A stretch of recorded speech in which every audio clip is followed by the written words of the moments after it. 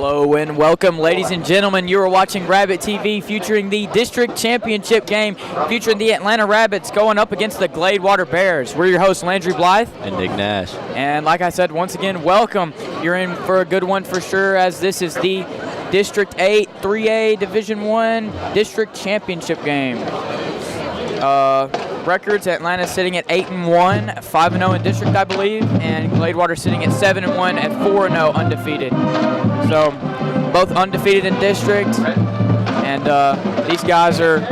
both of these teams are coming in thinking that they're going to be the one, and it's going to be a great game. So. Oh yeah, no doubt about that. A lot of talent on both sides of the ball.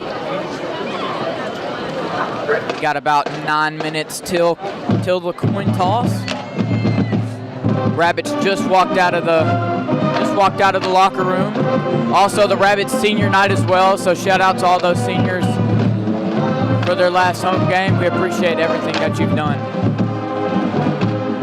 Both teams are getting warmed up.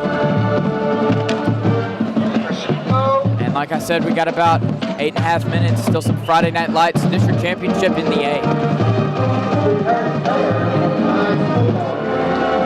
We're excited to come together as a community, support our team, enjoy a fantastic game. To ensure a safe and enjoyable experience for everyone, we want to remind you of the important safety guidelines that will be in place at the state. This time I'd like to announce our spotlight players versus last week against Tatum. Before I say that, the records last week for Atlanta was a win against Tatum, 14-7. Very low-scoring game, mostly a defensive game, and Gladewater was on their bye week. So spotlight players for the Rabbits. On the offensive side, we got C.J. Whaley, Braden Thompson, and Jaden Riley. Your normal three who gets recognized basically every game. And then on the defensive side, we also got C.J. Whaley, T.J. Rainey, and Eli Mitchell. So about wraps up your spotlight players for this week. So we did the first half of it like I told you, and then you would run back to the lazy part of the second half of it. Will be allowed. Do it one more time. Encourage everyone to enjoy the game from their seat. Do it one more time. Let's finish all of it, not just part of it. Here we go.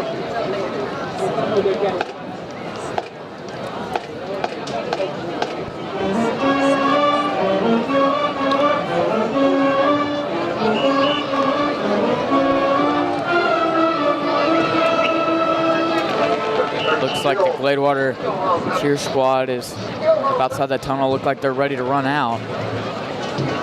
They've just been standing there behind the tunnel for a couple minutes now. Not sure what they're fixing to do, but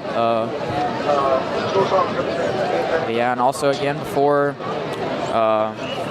both teams run out of the tunnel and everything like that, I'd like to give basically a summary of the importance of this game and just how much this game matters to both teams. And the Rabbits have put together a year to remember, as they have an astonishing 8-1 record, with their only loss being to a powerhouse Pleasant Grove that we played early on in the season in week 1. So they dominated in district play so far, having impressive wins like preseason ranked Jefferson and a tough physical Liberty ILO team that always steps it up, and it's always a good game when those two teams play each other in that rival game. Undefeated in district, and talk to the guys, and there's no doubt in their minds that they're going to give it their all, and they think they're going to win this game, and they're going to try to go out and fetch their first district title in almost 20 years, as the last time they won district was all the way back in the 2006 and 2007 football season. So, and on the other side, Gladewater, they're coming fresh off their bye week, also with a 7-1 record, undefeated in district. And although they do have a slight disadvantage of playing the Rabbits in Atlanta and on their senior night, but however, they also had a bye week coming into this game. So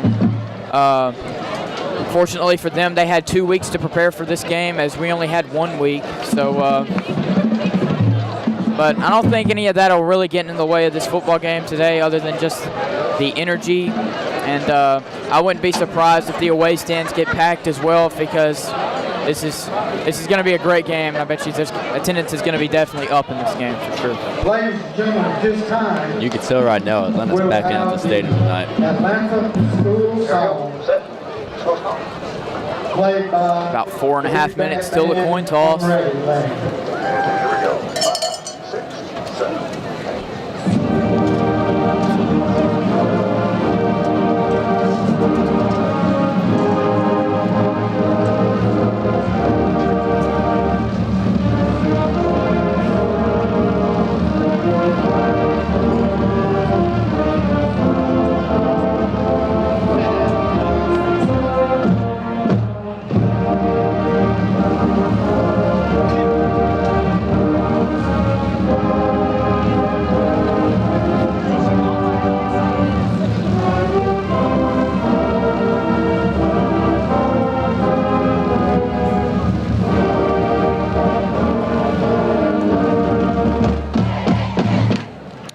After that great alma mater played by your big bad band from Rabbitland, shout out to them. The Gladewater Bear Band.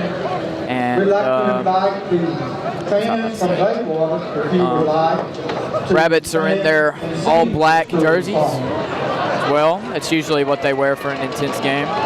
And here come your Gladewater Bears running out of the tunnel.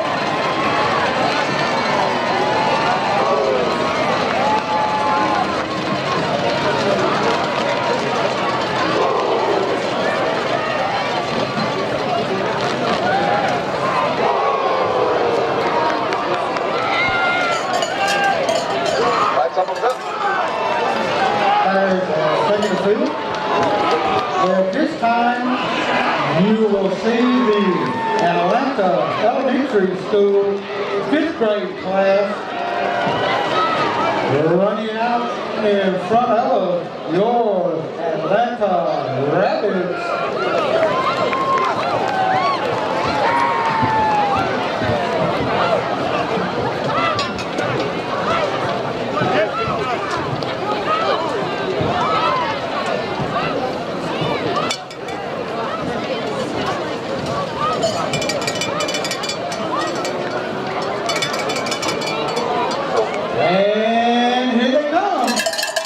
Come the 5th grade class with the Rabbits, and also right behind them, here comes your Rabbits running out of the tunnel. Liam McKinney leading the front like he always does, and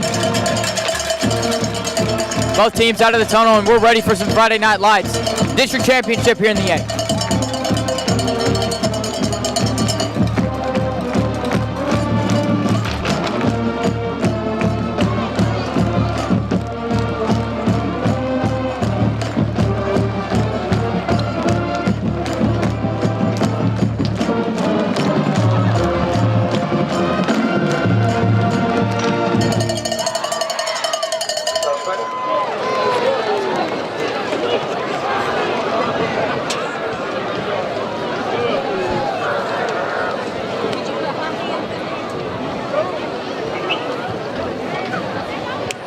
You left the phone in the ladies' restroom Watch it, listen. on the home side. It has been turned Got about 60 seconds until the coin toss. Coming over to their sideline, paraded up. They're headed down to their sideline, and maybe they're turned on. Oh, here it is. There's no identification on there, so you left About to have our national anthem. This time, once again, if you will stand, gentlemen, remove your covers, direct your attention to the south end of the field. We will celebrate America with the playing of our national anthem by the big band band from Rabbitland.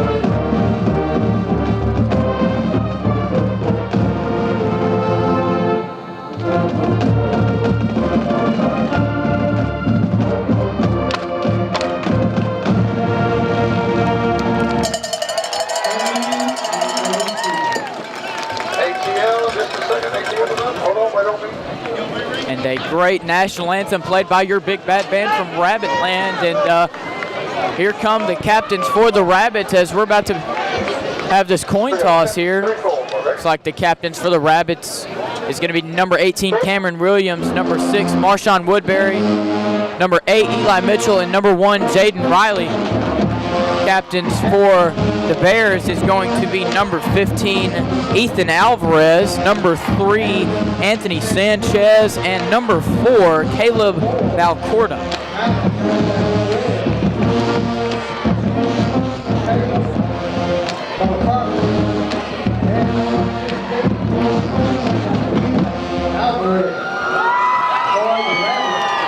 Number 1, Jaden Riley. Number 8, Eli Mitchell. Number 6.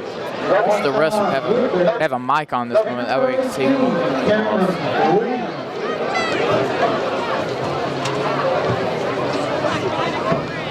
First up, first up.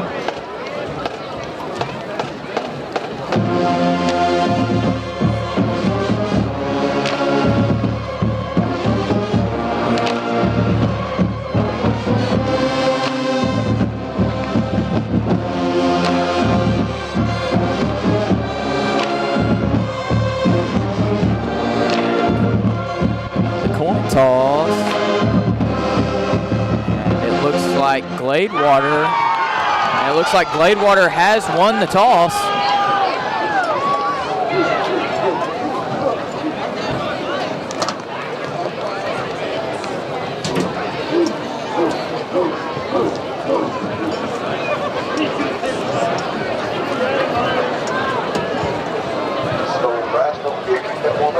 And Gladewater wants the ball.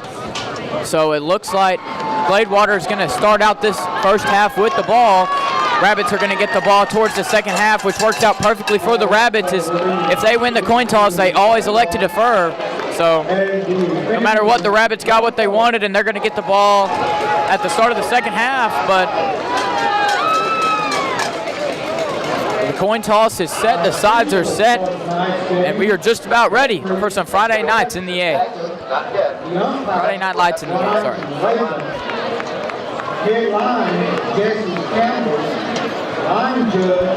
Got CJ Whaley to kick off. Setting up the tee and everything. What do you think he's going to try to do here? Try to kick it alongside the 10, or do you think he's just going to boot this thing back in the end zone? I think he's just going to boot it back in the end zone. But either way, don't hurt. Pin him back deep.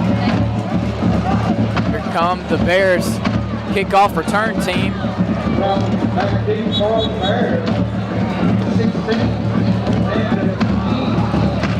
Here come your Rabbits kickoff team.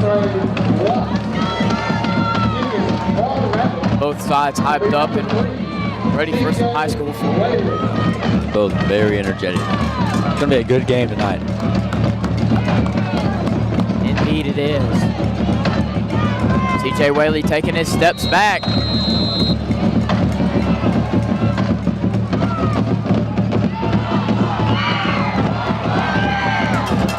Both sides ready. And ladies and gentlemen, we are underway with the district championship here. And ball is kicked over to number 22, Tara Watts. He's just going to let that thing roll back into the end zone. And the Bears are going to start out their first offensive possession at the touchback position at the 25-yard line. Man, he booted that ball. Went soaring over his head. I just think he was praying for the ball to roll in the end zone because he didn't even want to touch it. Fortunately for the Bears, it does roll into the end zone, and Rabbits are going to start on defense for this possession, going up against a tough and successful Gladewater Power Eye offense. And yeah, that's basically what consists of the Gladewater's offensive package is the Power Eye formation. If y'all are not aware with the Power Eye, you got quarterback under center with some heavy run plays with some extra blockers. First down and 10, that ball is handed off to number 28, Jeremiah Flanagan. That ball gets stuffed up the middle for about a gain of 1, second down and 9. They are going against, I would say, probably one of the best run defenses in the area. That No, yeah, for sure. They've had success against the run defense for a couple years now, as they haven't really gone up against an offense like this year, but they did go up against, and number 21, it's going to be an option to number 21, Carson Cooper. And like I was just saying, last year they went up against Tatum's wing T offense, which is just a military style, just toss and hand off to the running back. And they did really well against Tatum, as they were favored to win that game, and it ended up being a blowout last year at home. So Rabbits really never struggled against a primary run defense. Play did get them the first down and more, so it'll be 1st and 10 from the 40-yard line. Quarterback under center. He's going to hand this off straight to the running back, and he's going to go down for a loss. Handoff was to Carson Cooper. It's like Cameron Williams back there, but there's a lot of Rabbits to blow that play up. Good tackle by Cameron Williams. Pins them back deep, a loss of 5. 2nd down and 15 at the 35-yard line.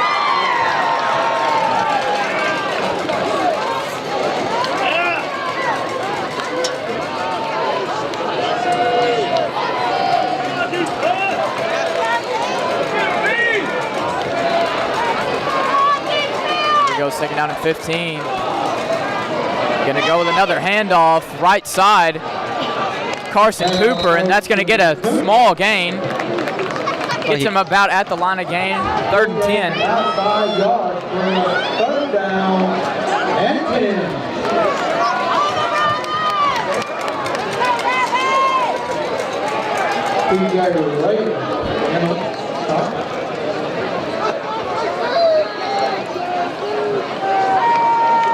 And here we go, 3rd down and 10. Quarterback getting the play call. Quarterback for the Bears is going to be Achilles Hess.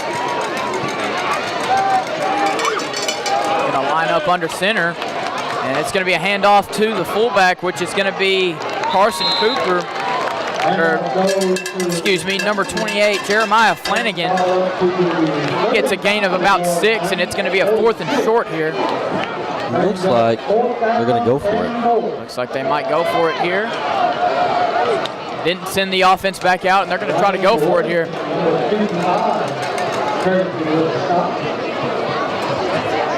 Looks like they're about 4 yards out from the first down. 4th and manageable for sure. Got 6 yards on that play, so. I can see them punching up right up the gut right here. Rabbits know and almost know exactly what's coming. Also got to watch out for those check down passes that they like to do. Going to hand it off to the fullback again, and it is stuffed. I believe that is Cameron Williams with the stop. And the Gladewater's first offensive possession results in a turnover, as the Rabbits offense will take over here, and they managed to stop them early here. 8 minutes and 38 seconds left to go in the first. That's that tough Atlanta defense we've been talking about. And like I said, for past couple years, really never struggled against the primary run defense. Haven't gone up against an offense quite like this, however, so far this season. As Tatum usually runs their wing T offense, but they got a new AD, kind of switched up the program. They had a huge switch over from a wing T to a spread. They're going to throw the screen pass to number 0, Caden Linwood. And that is going to be blown up for about a loss of 2 yards. It'll be 2nd down and 12.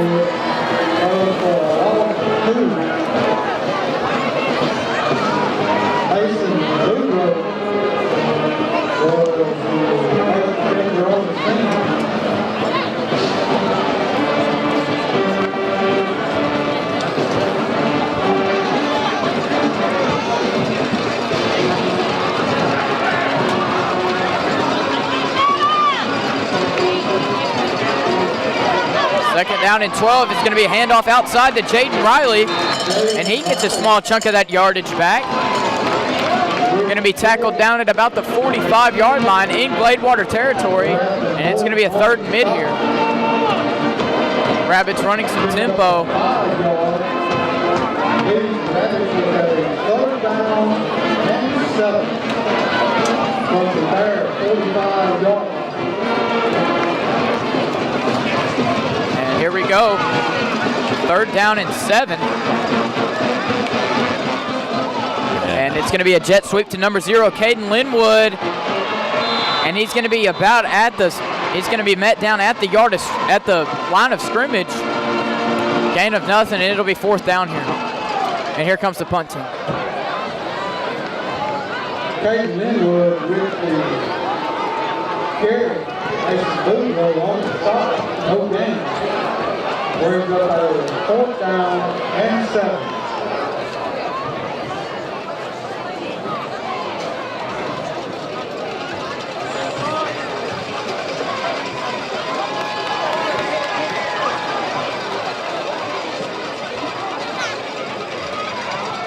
And it's going to be a fake, and he's going to try to throw it. And just overthrew Jaden Riley. He had him deep. Excellent play call, just overthrown. And both these teams' first offensive drives are going to result in a turnover as Gladewater will take over here on their own 45. Bears will take over at their own 45-yard line.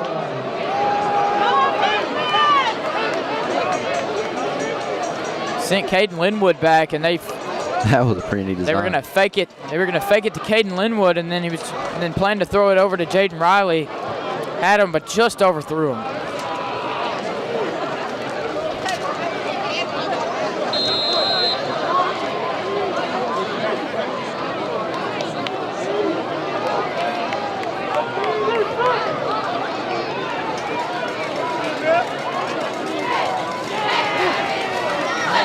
First down and 10 for the Bears. They're going to hand it off to the running back, number 22, Tara Watts, for a gain of 1.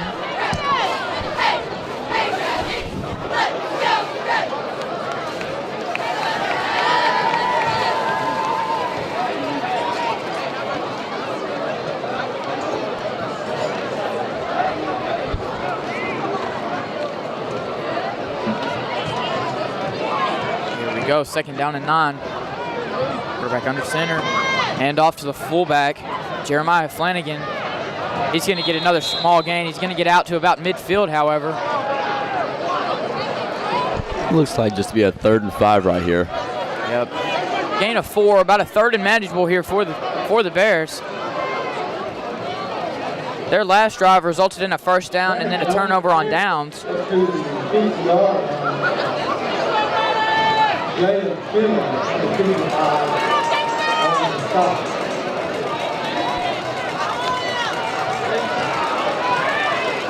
Third and 5. They fake the handoff. Quarterback rolls to his right and tried to throw the check down pass to number 6, Jacoby Crosby. Just hit the ground before he hit his hands, and that's going to fall incomplete, leading us to about a 4th and 5 here at midfield. Jacoby Crosby is a defensive lineman and an O lineman, by the way. That's a big dude trying to catch the ball. Yeah, lineman with a single-digit number, too. Yeah, you never see that. They maybe have messed up with the position. It looks like he might be lined up at like a tight end or something, somewhere around there. It looks like he's a tight end. Here we go, 4th and 5. Timeout on Atlanta. Weren't in that power eye right there. Had the running back over to his left side. And it looks like Atlanta's going to use their first charge timeout. 15 minutes and 15 seconds left to go in the first quarter.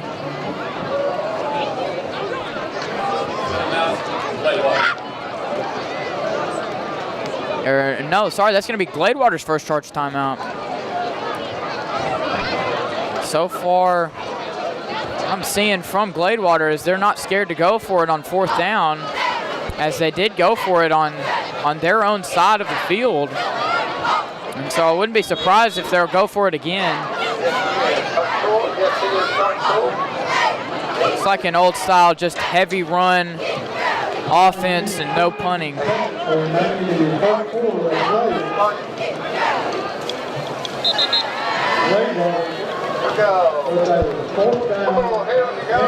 Here comes the Gladewater offense going for it at midfield. One receiver to the left, two to the right, running back side by side with the quarterback. Be a pass play. Drops back. He's going to rolls to his right. He's going to try to throw it deep, and it is caught. What a catch! And no, wait, it's broken up. Or no, that's a catch. Great catch by number 5, Maddox Vasquez. Number 5, the senior wide receiver. And what an acrobatic catch there to put Gladewater in the red zone. At the 18-yard line of the Rabbits.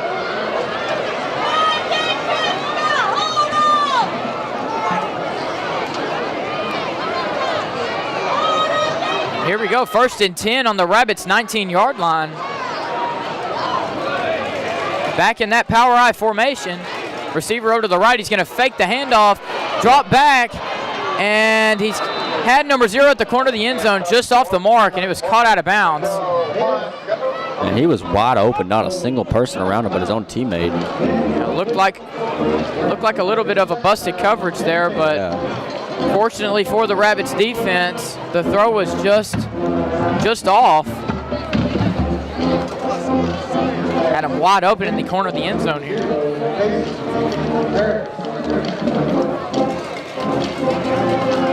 Here we go, 2nd down and 10 from the 19. Receiver over to the right. And that's going to be a handoff to the fullback. And no, it's an option. He's going to toss it off to the running back. Number 21, Carson Cooper. And he's going to be pushed out of bounds inside the 10. He gets pushed out of bounds at about the 9-yard line. It'll be a 3rd and short here. And I think this is the strength of the power I for sure, as it can definitely get you that 1st down needed. Just punching in with the fullback, and he'll get you those yards. And it's going to be a handoff to the fullback, and he'll get the 1st down and more inside the 5-yard line, and it'll be 1st and goal for the Bears. Eli Mitchell, number 8. Brings down. Number 46, 1st down yardage. 1st and goal from 3.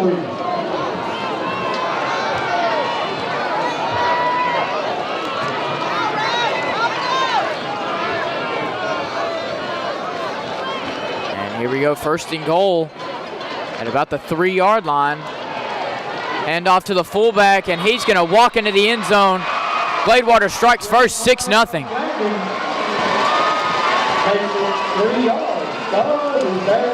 And just a great executed play by the Bears.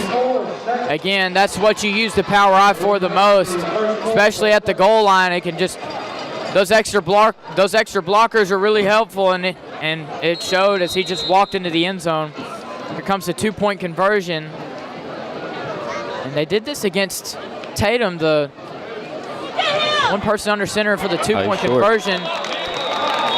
The snap to number 4, Caleb Barcorda. And it's going to be stuffed, but however, there is a flag on the play, like you said. And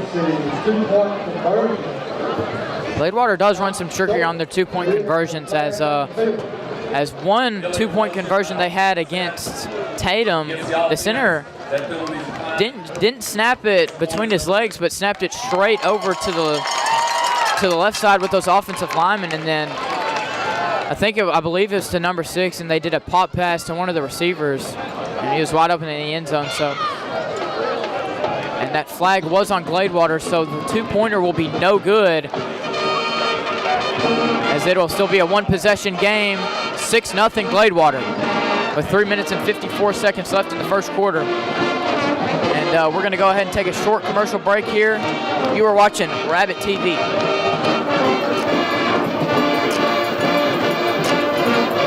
I'm Dylan Thompson with Dylan Thompson Wealth Management. But you know, true wealth is found in knowledge. And that's why we support Atlanta High School and RabbitTV. Whether you're looking for a new garage door or just need repairs, Overhead Door stands for excellence. With a complete line of garage doors and openers, plus expert service you can trust. Beautifully designed, beautifully crafted, trusted for more than 90 years. Always look for the Overhead Door logo to be sure you're getting the genuine, the original Overhead Door. We are back, ladies and gentlemen, and kickoff was a squib kick over to about the 35.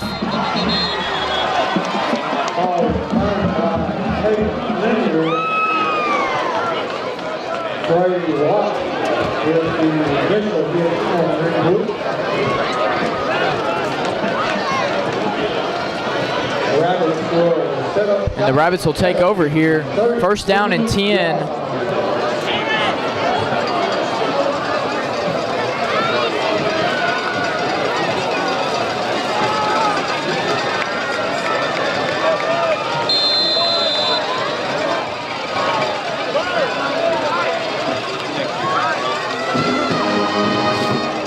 Here we go, first down and 10 for the Rabbits. Two receivers to the left, one to the right. Braden Thompson takes a snap, he's looking back to pass. He's just gonna throw the comeback route to number 11, Easton Patterson. Go just off the mark, and whoever was the catch, and it is from yardage. Easton Patterson, not very many targets on the year, but made a lot of catches that did matter. Had a amazing catch over a defender in a game against, I believe it was either Mount Vernon or Jefferson. I believe it was Mount Vernon, I think. Second down and 7. It's going to be a handoff to Jaden Riley, and the defense is all over that play as he gets tackled for about a loss of about half a yard. It'll be third down and 8.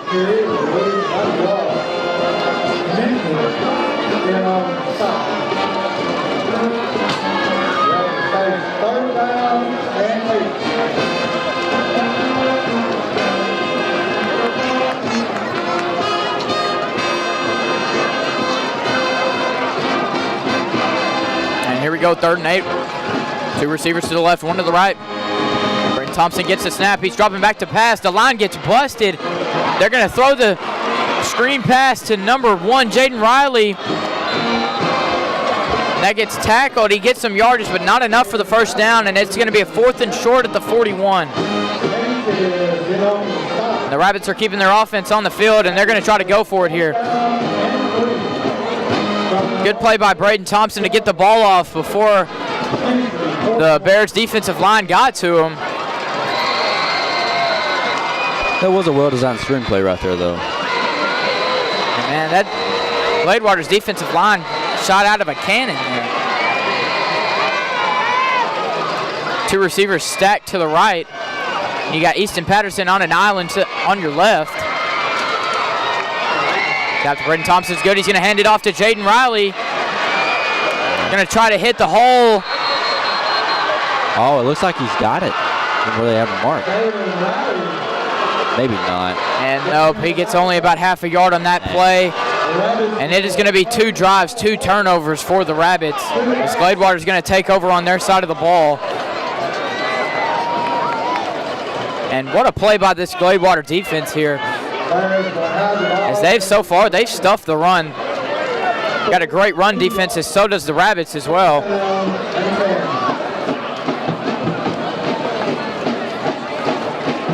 Defense has to prevail against the power I. Make sure they don't go up. Try to prevent them from going up 2 possessions here.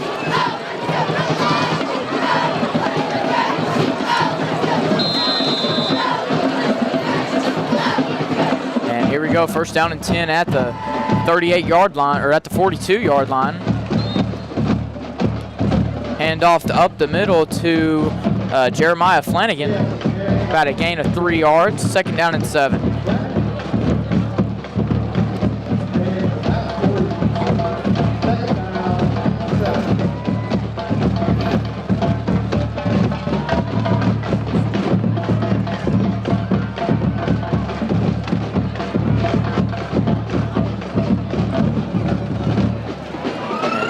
second down and 7.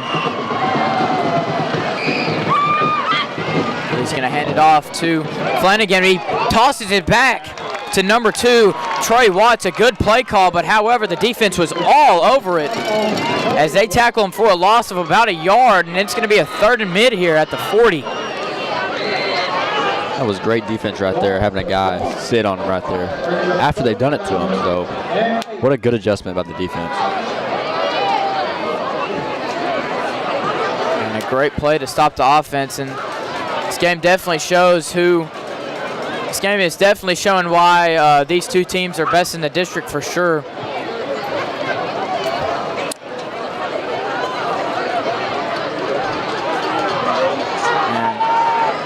Secondary's got to come up here. They pass. And they got a man, tried to throw a man deep. Oh my. Pass intended for number 16, Landon King, and they're going to call a pass interference penalty on them as he got shoved to the ground before the ball even got to him. That's going to be a 15-yard penalty for the Rabbits.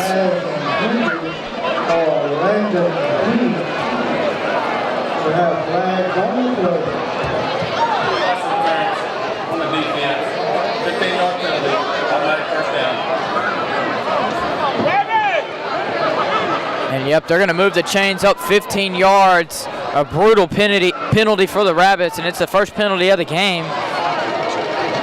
Got about 9 seconds to go in the first quarter so far.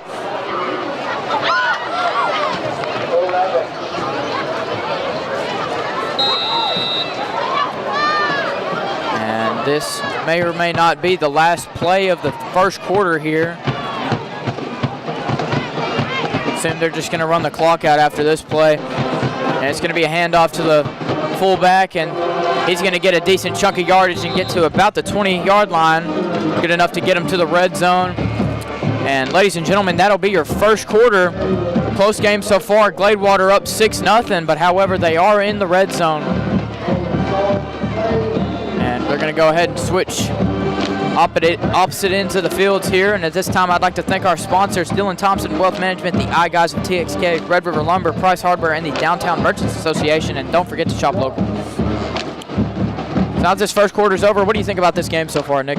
You know, it's a really good game so far, but nobody's really been like deep in their own territory yet. It's always been like at the 40 or the 50 starting off field position. So, you know, it's just been easy drives for both teams basically. And yep, my takeaway from this first quarter is Rabbit's offense got to pick it up. The defense cannot be out there for most of this game here, as eventually the defense can't be out there the whole game because any team will get worn out and tired if you're on the field for that long. So. Oh yeah, no doubt. I mean, you can't have 3 and outs consistently either. So, but I do see a change in that coming soon. And yeah, and it hasn't even been 3 and outs for the Rabbits. It's been 2 drives, 2 turnovers on downs as they failed to convert. Yep. Failed to convert on 4th down on that fake punt, and then failed to convert on 4th down on their own side of the field. And Gladewater took over a very good field position, and they're punching the ball down the red zone off of a brutal pass interference call. So now you want to get back into this game, you need to show out on defense and then rise to the occasion on offense. Hand off to Jeremiah Flanagan once again, and he gets about to the 15-yard line, across the 15-yard line, and that'll be enough to move the chains. First down and more for the Bears. Rabbits running some tempo, and then off to Flanagan again. This time he doesn't get a lot of yardage. And just the power eye under center, you're most likely getting the ball at about already at the line of scrimmage, so it's like guaranteed a few extra yards, and depending on the player, even more. So. Oh yeah. And Flanagan looks like a big dude. He looks like he can have some yards after contact and get some extra yards, and that is dangerous, especially as they're inside the 10.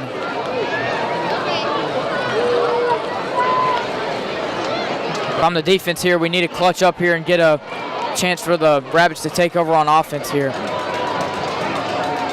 Here we go, 2nd down and 7. And off to the running back as he gets tackled down at about the 5. Carson Cooper on the carry. Another flag. It looked like a horse collar on the Rabbits as he was brought down, maybe by the horse collar. I may be wrong though. Face mask against the defense. And my fault, it is a face mask against the defense. Half the distance to the goal, and it'll be an automatic first down. And Rabbits are shooting themselves in the foot this drive. If they had 2 penalties. Yeah, in critical games like this, you really you can't afford to hurt yourself in these type of ways. And you can't have those penalties either, especially for a district championship game. Anyways, here we go. First down and goal. Hand off to the fullback, and he is going to punch this thing into the end zone here. And Gladewater is going to take a 2-possession lead earlier on in the first half. 12-0 Bears.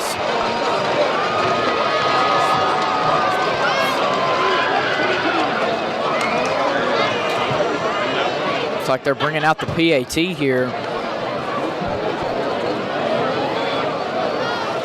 Kicker is number 8, Grafton Morgan. Senior linebacker and fullback. And the kick is up, and it looks like it's right through the uprights and good. And Gladewater's going to take a 13-0 lead, 2-possession lead for the Bears with 10 minutes and 41 seconds to go in the second quarter. We're going to take a short commercial break here. You're watching RabbitTV.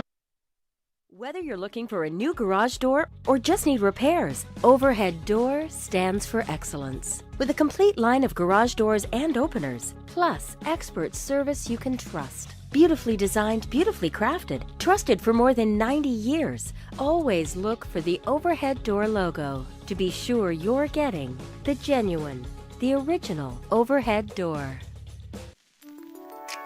Here, we provide quality materials for your dream home, and Atlanta ISD provides quality educational opportunities to help students pursue their dream futures.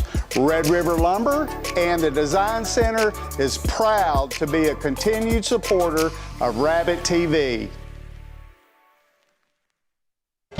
We are back, ladies and gentlemen. Here come the Gladewater kickoff team, as well as your Rabbits kickoff return team.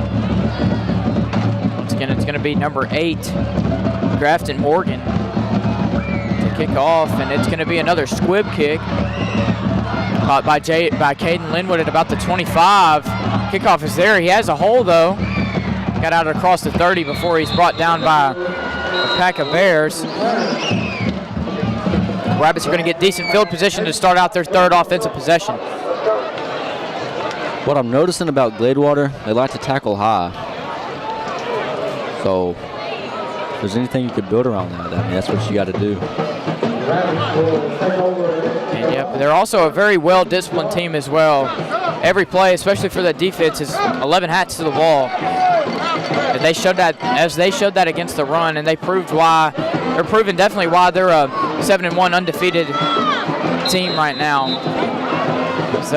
It's very upperclassman heavy, very senior heavy. Definitely have some, definitely played a couple years together, have some experience together. They're going to throw it deep to C.J. Whaley, and it is caught across the 35-yard line. C.J. Whaley with a clutch conversion deep. It'll be first down and more at about the 32-yard line. What a catch by C.J. Whaley. As I've been watching, I can start to tell that Atlanta needs to stick to the pass against Gladewater. They got a really strong defensive line. Yeah, I mean, I think they just need to tear their secondary up. I think they'll be all right. After that catch, especially by C.J. Whaley, just attack the secondary like you said. Stack formation over the right. Fake handoff. Braden Thompson's going to roll to his left, and he's going to take it for himself. He's going to go out of bounds at about the 30. Pick up about 2 yards. Smart play by Braden. Not to force anything, do an interception, found no one open, and just decided to get those small yardage. Gain of about 3 yards, second down and 7 at the 29. Very smart play by the young quarterback right there, not putting the ball in trouble. Very calm and composed player by the freshman quarterback for sure. And you can tell that this offense is starting to find a groove here. It's going to be a handoff to Jaden Riley. There you go. He makes a cut inside gets almost to the 26, or about to 25. Tackle down at the 27 for a gain of 1. 3rd down and 4. Riley with the carry. Sheridan with the stop.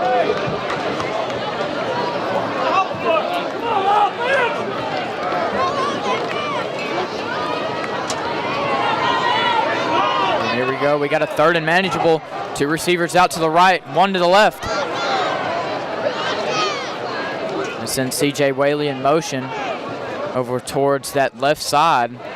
Braden Thompson's going to get the snap. Play action to Jaden Riley. He's going to try to throw it deep for C.J. Whaley. And they're going to get called for a PI. Looking for either the catch or the PI. And C.J. is going down here. This does not look good. Hopefully it's just a rolled ankle.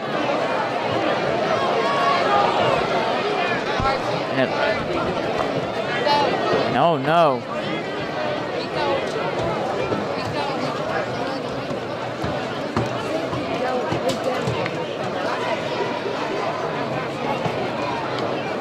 15-yard penalty nonetheless. Automatic 1st down. On the defense, 15-yard penalty, automatic 1st down. And C.J. Whaley looks to be good, and he's running back out on the field. And it looks like he's grabbing his shoulder, his arm. Looks to be maybe winded, but he looks good. He'll be back in a couple of plays. That was scary. There's your good Halloween treat right there. Yeah, that would have been bad.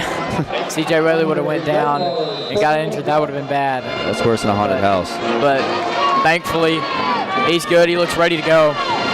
But here we go. 1st down and 10 in the red zone here for the Rabbits. Gladewater showing blitz. They're going to hand it off anyways.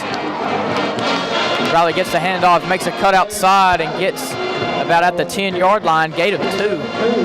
Like Whaley's back on the field now. Yep, and he's back in after that 1 play.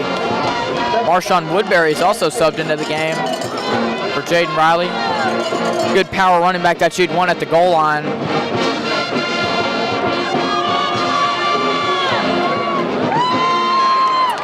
And here we go. 1 receiver over to the left, 1 to the right. And fakes the toss to Marshawn. Tried to throw it deep into double coverage. Incomplete. Leading us to about a 3rd down. 3rd down and 8 at the 10-yard line. Easton Patterson and Jaden Riley back into the game.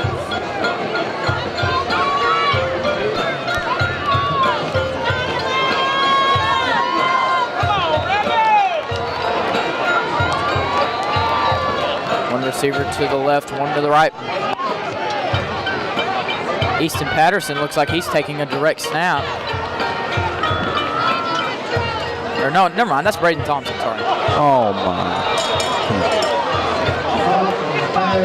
Pass was intended for Jaden Riley and it fell incomplete.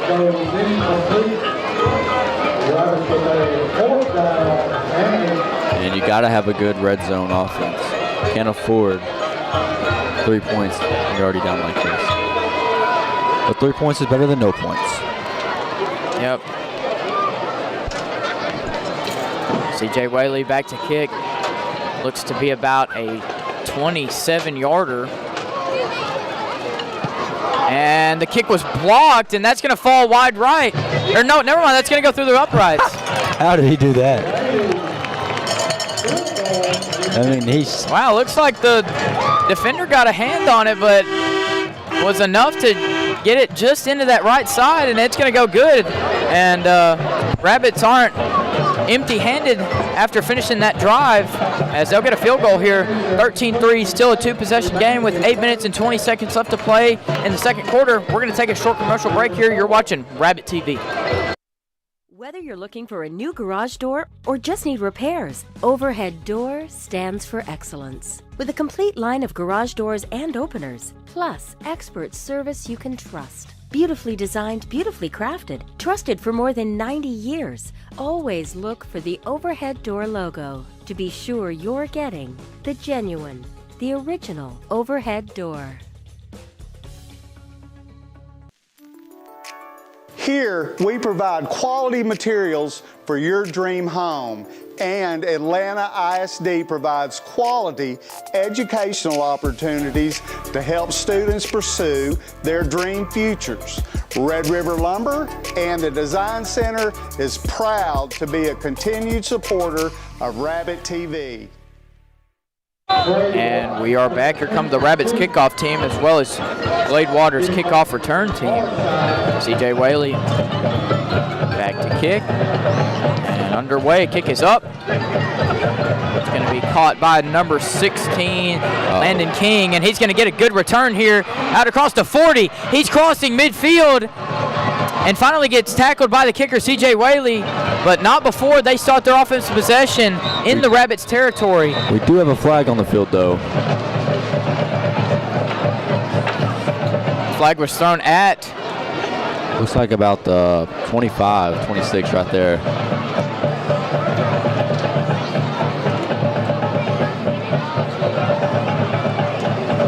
We're going to discuss it right now. let's see what the flag was over. It may have been. Yeah, it may have been holding. I don't know how he could have got that angle from down there. That's what don't make sense about it. Looks like it was something on the tackle. If that's a call against the Rabbits, they're going to get even better field position.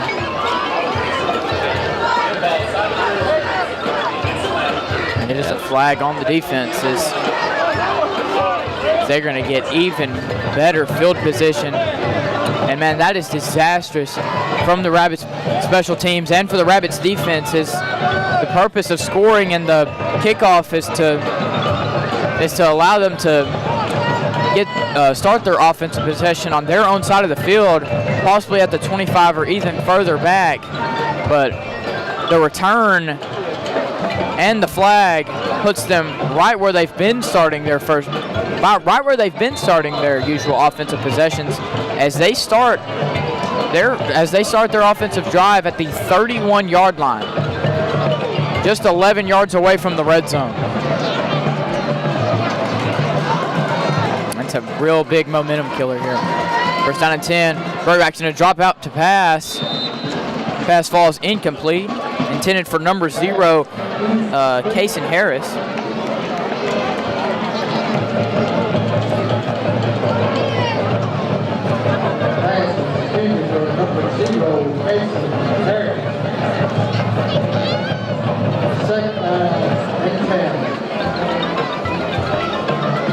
Second down and 10 at the 31.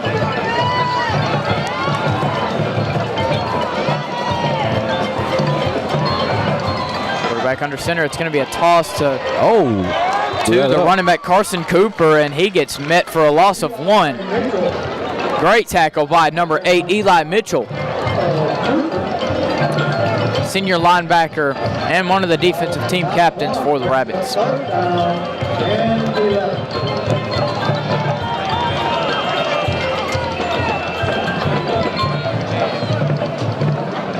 Might have a 3rd and 11 right here.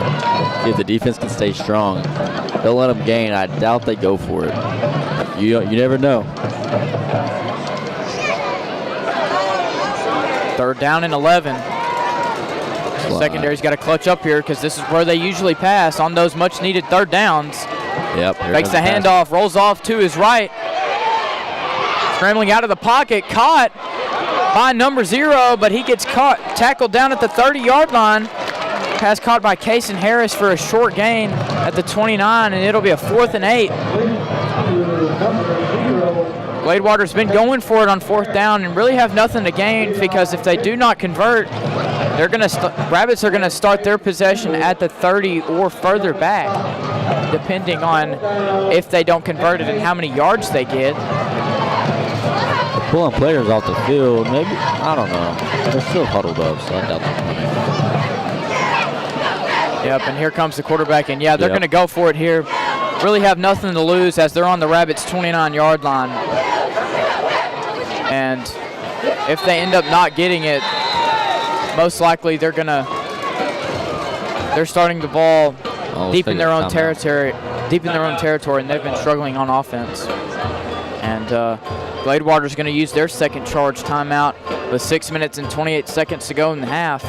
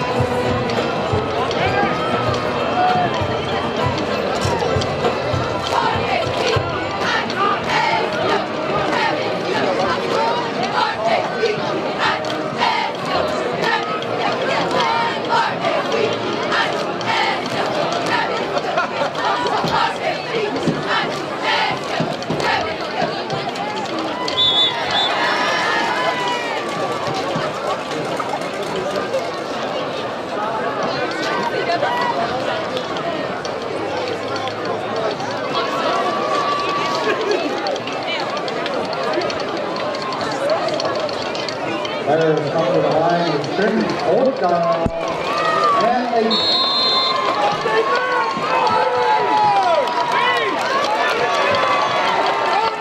And here we go, 4th and 8. Quarterback's going to drop to pass. Going to try to scramble it up the middle and tackle down at the 30 by Ian Riojas. Oh my gosh, that was such a good sack. And a much-needed stop by the Rabbits defense here. And he is a unit out there on the defensive line. I mean, it's a matter of time until he starts getting people looking at him. And one of the underclassmen, too, only a sophomore. Also started his freshman year, but however, suffered an injury earlier on week 1 against Pleasant Grove, I believe. And here come your Rabbits offense. Big momentum shifter here as they had a groove last possession, but just couldn't convert in the red zone. Look to keep this groove going on offense here. 1st down and 10 at the 31. We're going to send Caden Linwood in motion, fakes the jet sweep. He's going to try to throw it to maybe the fullback Liam McKinney, or just tried to throw it out of bounds. He's just getting rid of that one. Scrambled out of the pocket too, so it won't be called for an intentional grounding either. Brings up 2nd down and 10.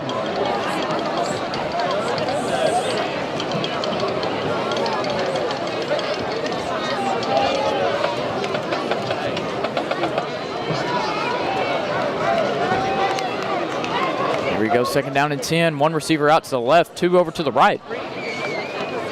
Braden Thompson's going to hand it off to Marshawn Woodbury. Breaks a tackle and gets across the 35. Gets a good gain of about 5, leading us up to a 3rd and manageable. And, excuse me, it'll be a 3rd down and 4 at the 37.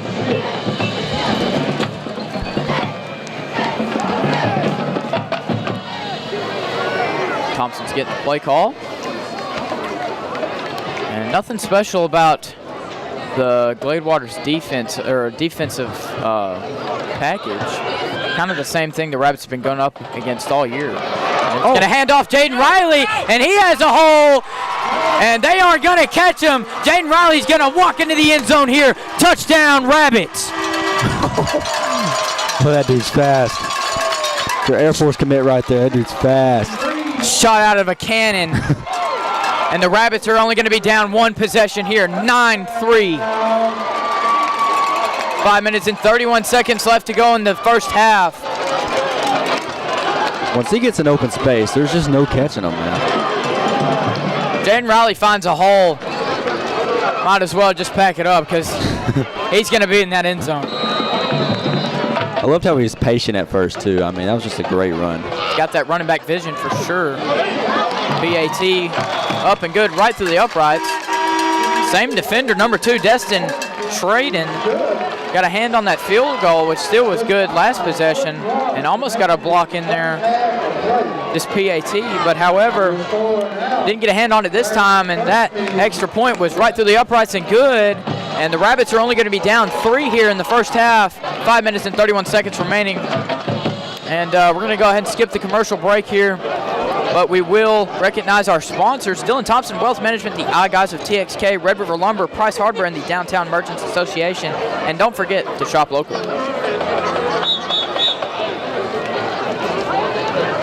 Number 16.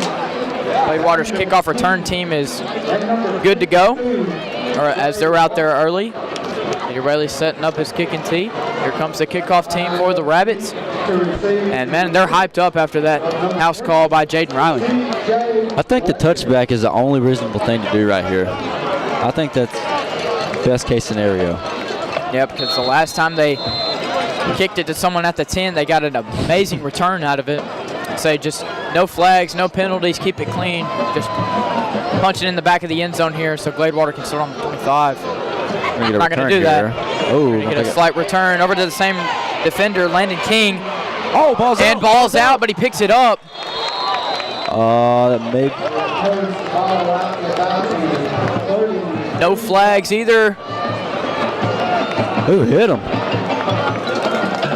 Whoever hit him ran him over, knocked the ball out. Maybe been TJ Rainey. I can't tell though. But however, it's a good result for the Rabbits as they will start their offensive possession deep in their, or reasonably deep on their own side of the field. So turned out good. No flags, no unnecessary yardage. 1st and 10 on their own 33 for the Bears. Quarterback under center. It's going to be a handoff to the running back. Boom. As he gets slammed down at about the 38. Good gain, however, gain of 5. 2nd down and 5 at the 38. Ian Riojas on the tackle there. And that boy is strong. Just picked him up and slammed him to the ground. Big dude. He's big and fast. That's what's good about him. And he's not scared to tackle. He'll hit you. And here we go. 2nd down and 5. And it's going to be another handoff, this time to number 22, Preston Adams. And he's going to be tackled down at the line of scrimmage. Gain of nothing. 3rd down and 5. Jaden Riley on the tackle there, I mean. What can he not do? He can just about play any position on the field.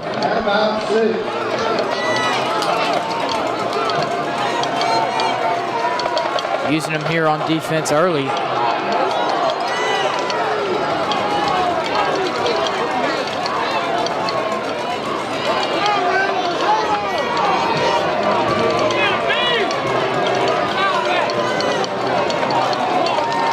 And here we go. 3rd and 5. Handoff to the fullback, Flanagan. So he gets some yardage, but not enough for the 1st down. Stopped him just short of a yard. 4th and 1. And once again, they're going to go for it here. Gone for it on every 4th down. And so far they are, I believe,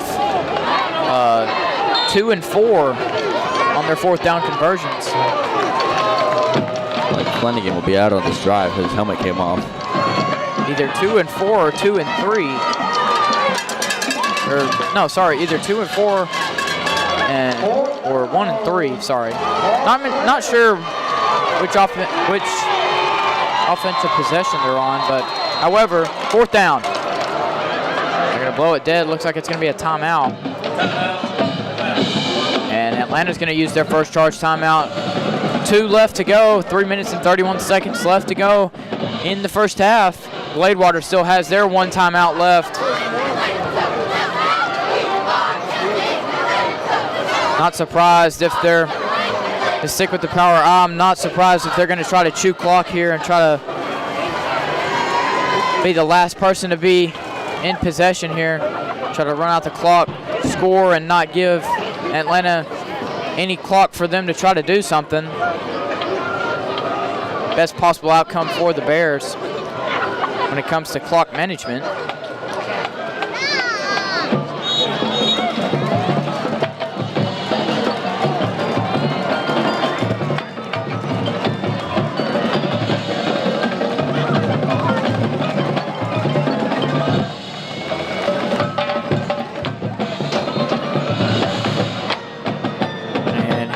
4th and 1 on their own 42-yard line. My guess is they hand it straight off to the fullback. Defense needs to prevail here, stuff the line, get through those extra blockers, and they're going to try it in. That looked like he didn't get it.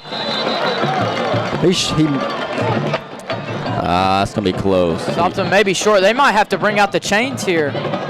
From where he's standing, he's short from the ref on our side.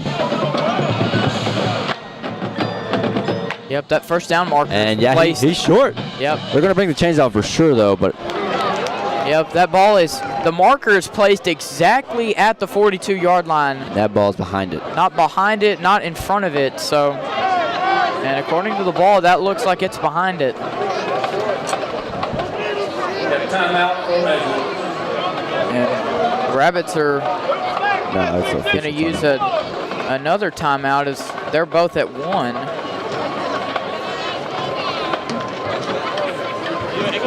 Announcer said timeout Atlanta, but I'm not sure. I think they're just bringing the chains out. And yeah, that's short. And he's short. Let's go.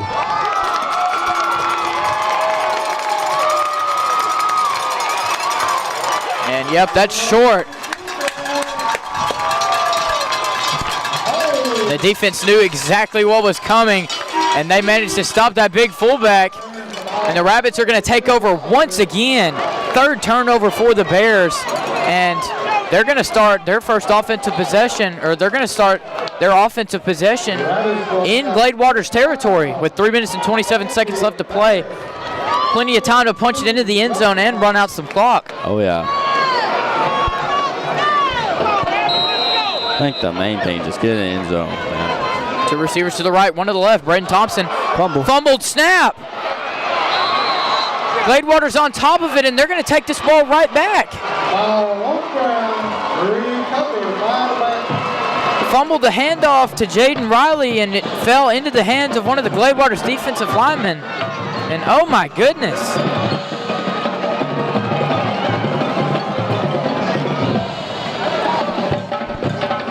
And they're going to take the ball right back.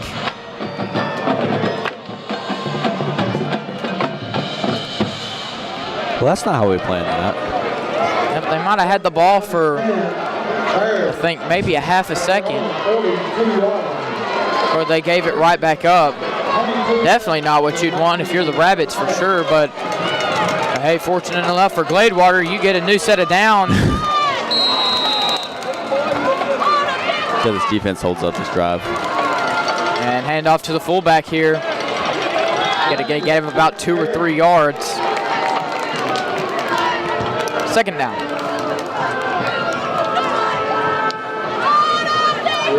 And yeah, like we thought, they're going to start running down this clock here as it goes under 3 minutes. I think they want to just go in the half, go up, because Atlanta does receive the ball in the 3rd quarter, so. Yeah, but plenty of time to put one in the end zone here because, especially like you said, they do get the ball in the 2nd half, so if you're Gladewater, you definitely want to score here to go up 2 possessions. And they're going to run the option here to number 21, and he has a hole down the sideline and into the end zone. Touchdown, Gladewater.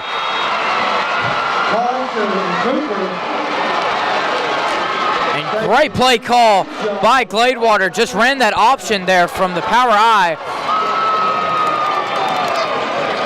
And Gladewater goes right back up 2 possessions, 2.5 minutes to play in the 1st half. However, they scored pretty quick. They still have 2.5 minutes left. Depending on where they get the ball, they still have a chance to try to put one in the end zone. I mean, biggest thing right here is 3 points would be very great for Atlanta.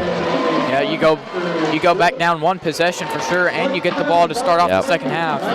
PAT was right through the uprights and good. 2 minutes and 33 seconds left to play in the 1st half. We're going to take a short commercial break here. You're watching RabbitTV.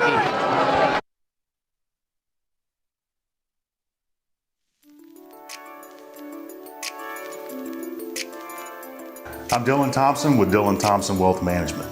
But you know, true wealth is found in knowledge. And that's why we support Atlanta High School and RabbitTV.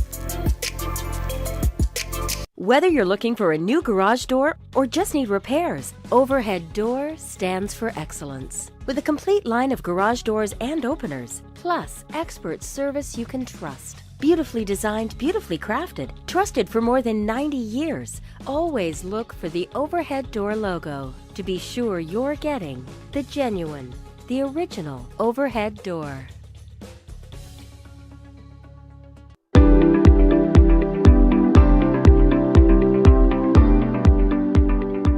Ray Harp Jewelers has been a part of our community since 1953. Today, we offer beautiful... And we are back. Gladewater's going to squib kick it out to the 35. It's going to be Eli Mitchell on the carry. Going to try to get a return, but the kickoff team is there. Tackled down at about the 30. Inside the 30, however, with 2 minutes and 29 seconds left to go in the first half.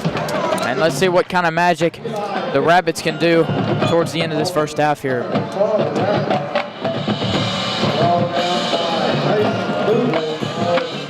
They've gone the whole distance of the field in way less time than 2.5 minutes, so it's definitely possible for the Rabbits to punch one in the end zone. As I do specifically remember 1 minute and 20 seconds left in the first half against Hooks. They got the ball at about the 25, and they managed to go 75 yards in, I think, under 60 seconds. So definitely possible and in reach for the Rabbits to put one in the end zone. Go back up one, come back in the second half, and try to take the lead. First and 10, Braden Thompson's going to drop back. And he's going to be brought down. Braden didn't have enough time to throw. That's going to be a loss of, I think, 8 yards. Second down and 18 at the 25. This will bring us down to, I believe, the 2-minute warning, however. So.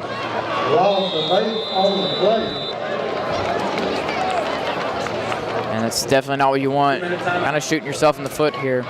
Oh, yeah. You know, that play looks like he could have hit Easton Patterson, but it looked like he was waiting for Whaley's route to develop. He just didn't have time for that route. Yeah. Trying to look at that, trying to find CJ for a big connection and try to have those high energy momentum switcher plays. A big conversion would be good. A conversion of about like 20 yards or more would be perfect. That way you have some more breathing room, more time to just go a shorter distance.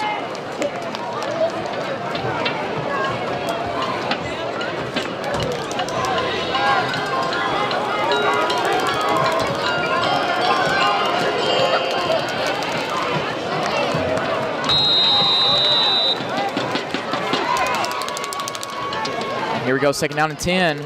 3 receivers to the left, 2 to the right. Braden Thompson's going to drop back to pass. And tried to float one over the middle to C.J. Whaley. Broken up and incomplete. Leading us down to a 3rd and long.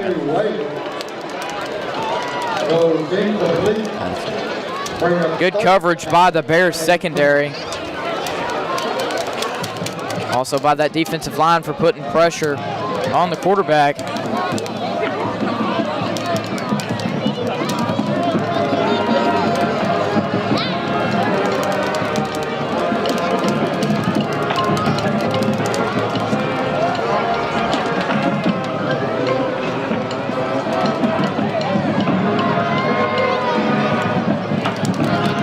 To the left and right. Braden Thompson's going to drop back to pass and almost completed one over to the fullback.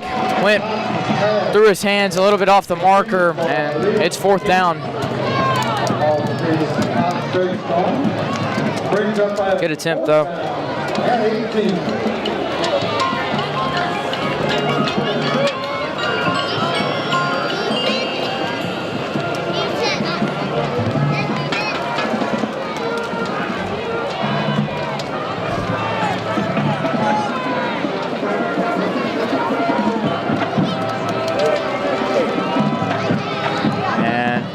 Whaley, the punter, and takes a takes a decent roll, but not a very good one. However, Gladewater's going to get the ball back on offense about the 37. So, or at the 36. They're going to spot him shy of the 36. So, decent field position for Gladewater, but I guess also good for the defense as you don't have to start your possession on defense all the way, like almost in the red zone. So, a minute and 37 seconds left.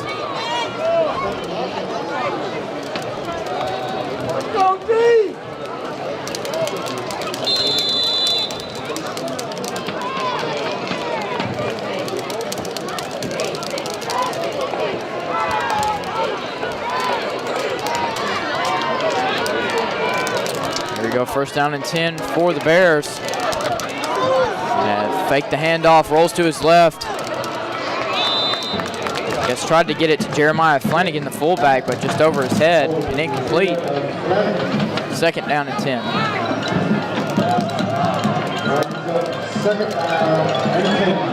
Gladewater slowly running some more, slowly slinging the rock just a little bit more, especially towards the end of this half. Is even if it falls incomplete, it doesn't run down the clock.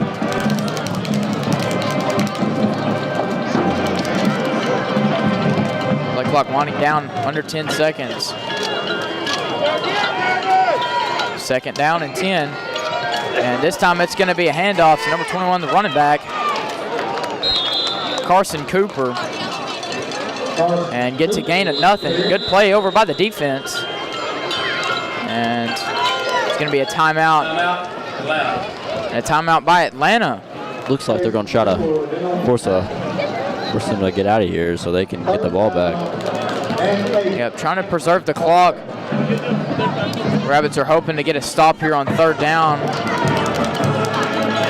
And knowing the Bears, they might go for it on fourth as well. They haven't been scared to do so. So hopefully they're trying to get the ball back with some time left over on just a regular field position, or if they get a turnover in Gladewater's territory. Minute 23 seconds left in the second quarter.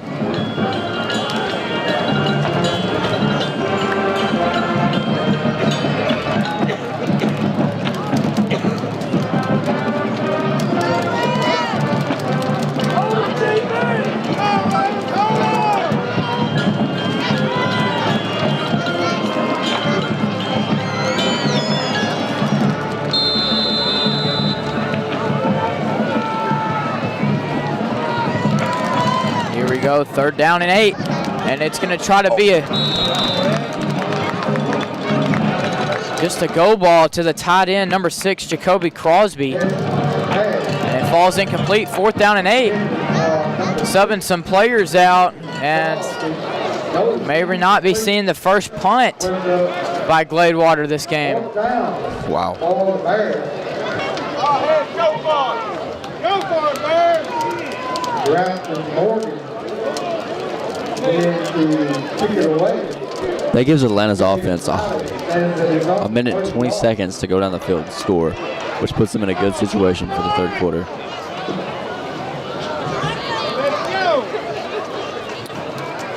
And that's a high punt. High punt.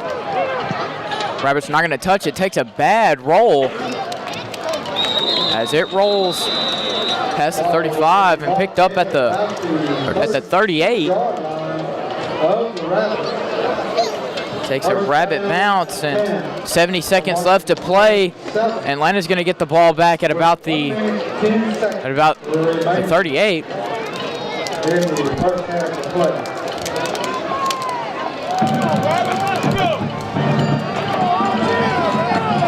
Need all positives on this drive right here.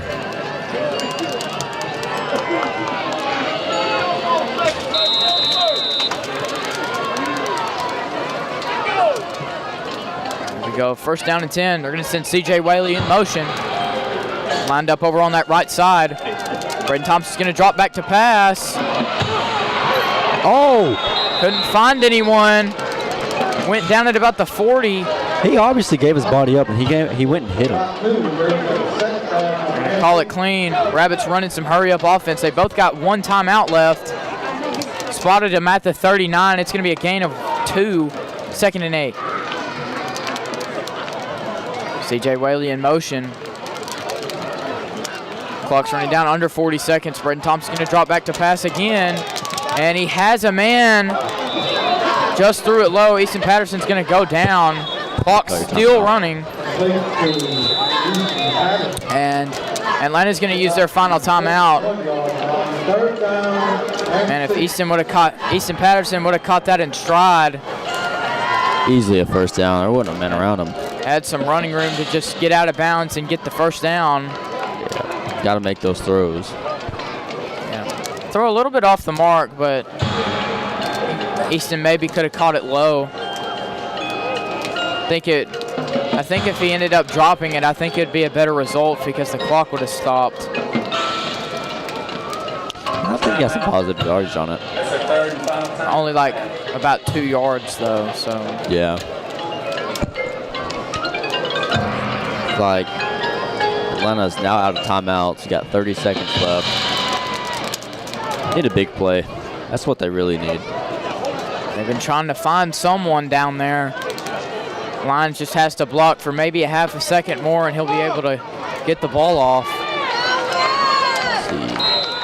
There we go, 3rd down and 6.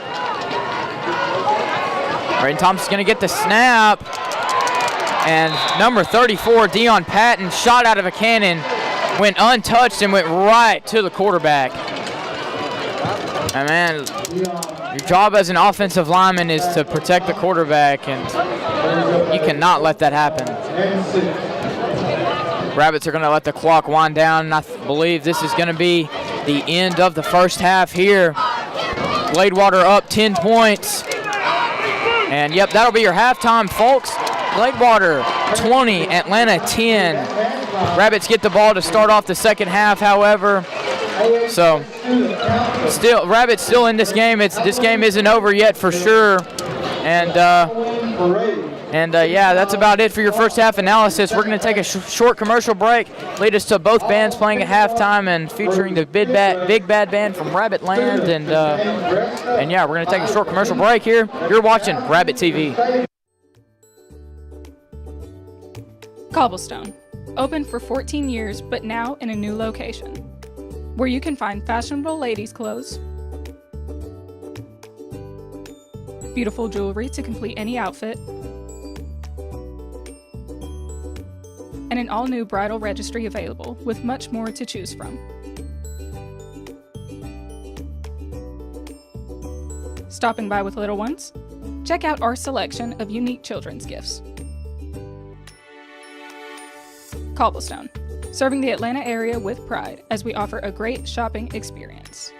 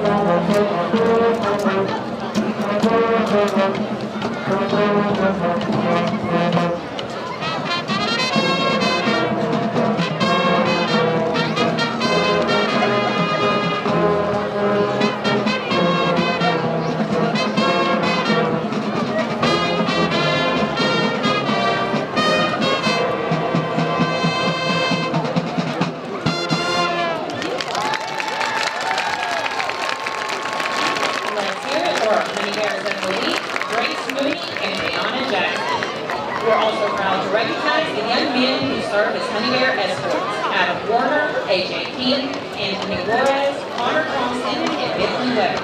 The team manager this year is Taylor Richardson.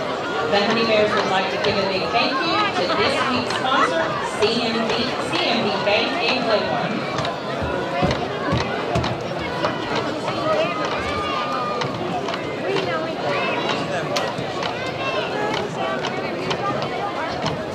And now, let's give some noise for the GHS Majorette and Flag Line. This talented group of ladies includes junior Summer Hernandez and freshman Naya Borders.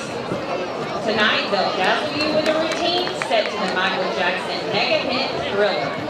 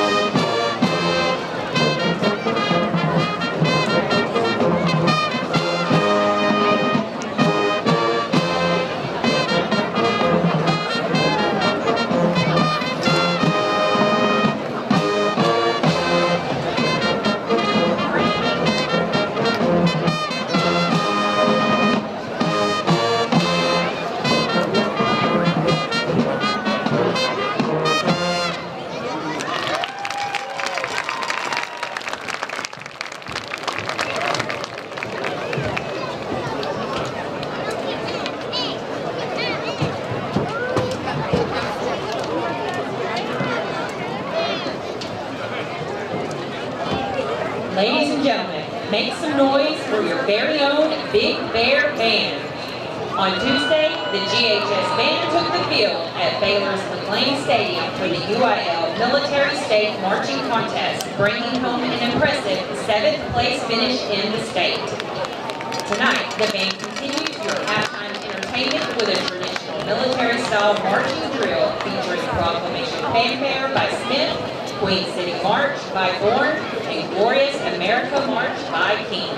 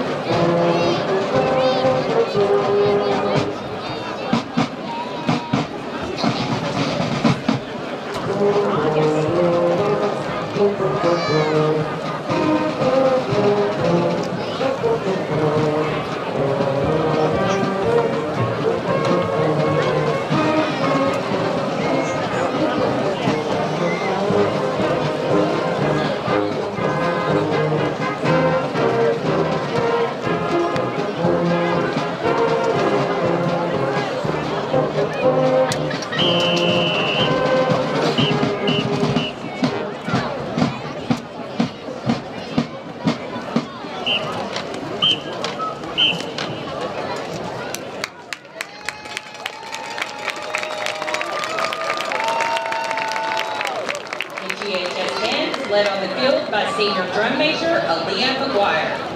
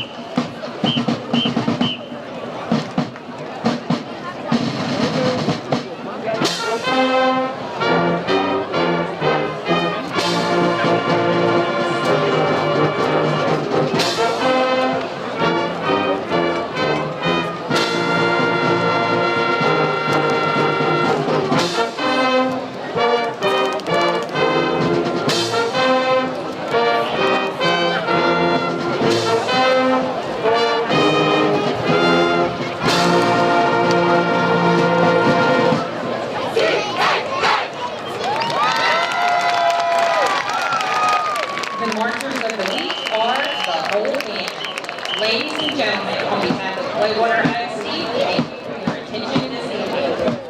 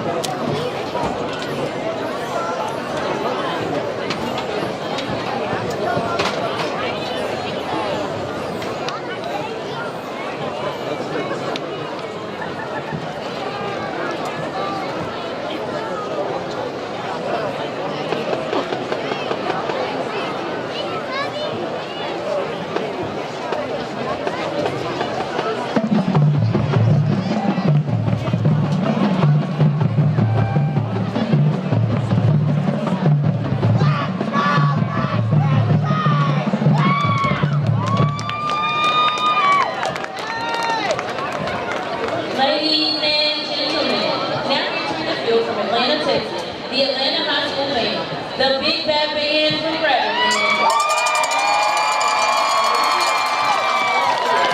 This week's first of the week are Jordan OK Lewis and Blake Wellborn. The upperclassmen of the week are Chase Wellborn and Napoleon Cook. The section of the week is the Low Reed. We would also like to announce the 2025 Band Vote and Band Speaker. This year's Band Vote is Mr. Dylan Big Deal Phillips. Ms. Riley Thompson. Tonight is a very special night. If you look out across the field, you'll see the white plumes and our drum majors wearing white sashes. Those band members wearing the white plumes are our band seniors, as this is their final home game performance as a culmination of 7 years of AISD band membership. Let's give them one last applause.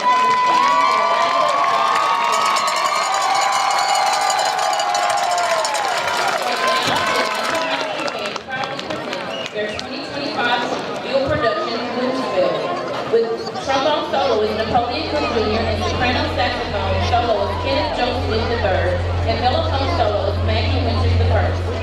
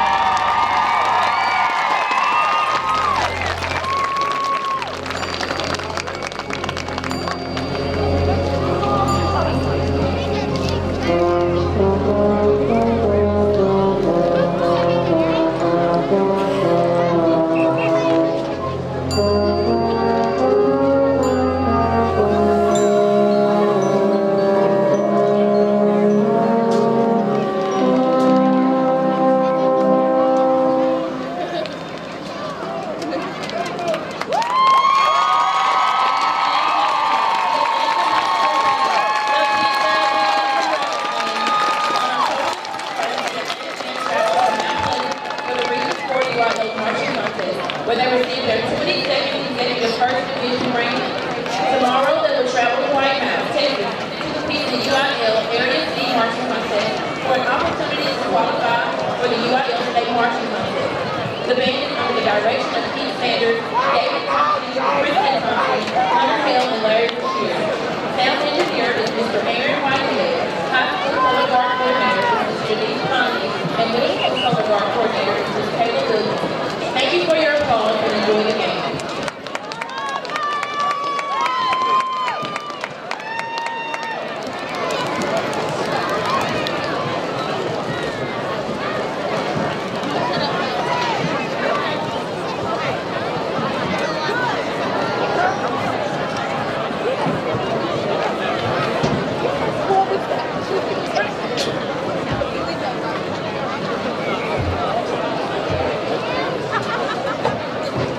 Okay, I'll read the little ones from kindergarten through 5th grade that in costume tonight need to be down on the track.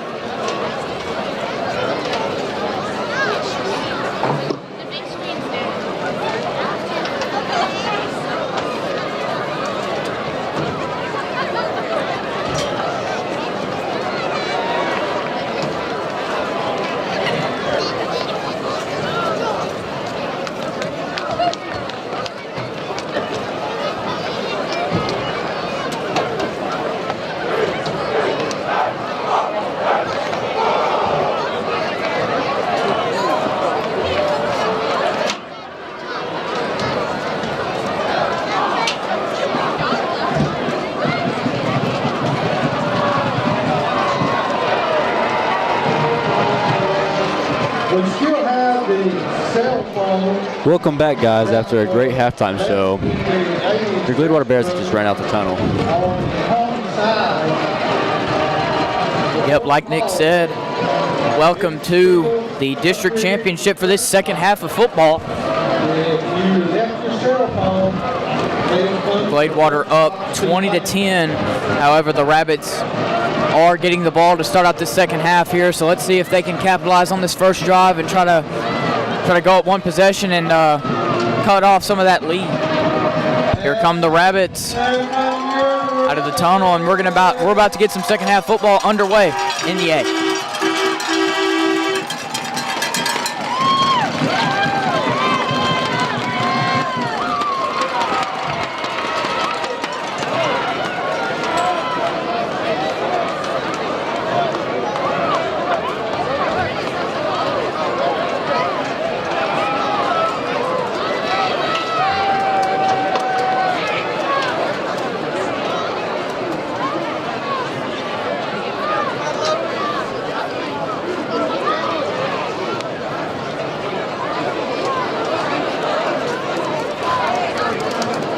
Gladewater's kickoff team. You can expect a very short kick right here. That's what they've been doing this whole game, just a squib kick to the 40-yard line. Coach Mack giving them the words of encouragement, special teams coordinator.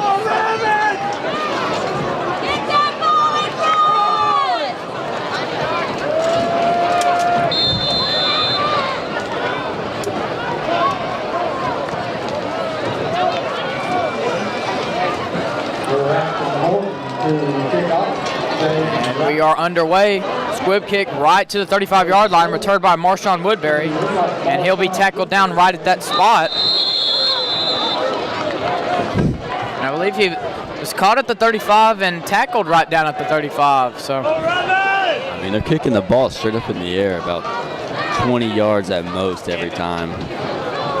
And that's a good kicker, number 8, Grafton Morgan, kicking it high enough so that way the special teams can get there right when they catch the ball. So they got a great strategy coming up on special teams to where the Rabbits can't really get a return.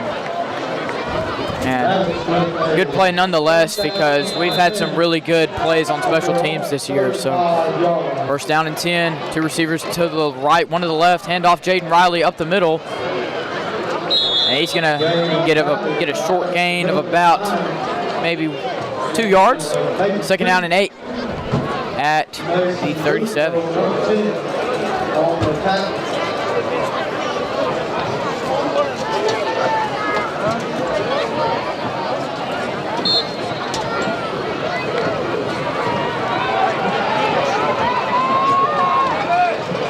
C.J. Whaley out back. Behind the line of scrimmage, two yards to the left. Braden Thompson, plenty of time to throw it. He's going to throw the screen off to C.J. Whaley. And tackled back down, about a loss of 2. Good catch by C.J. Whaley, just unfortunately caught the ball about 5 yards off the line of scrimmage. Brings up a 3rd down and 9. Come on, man!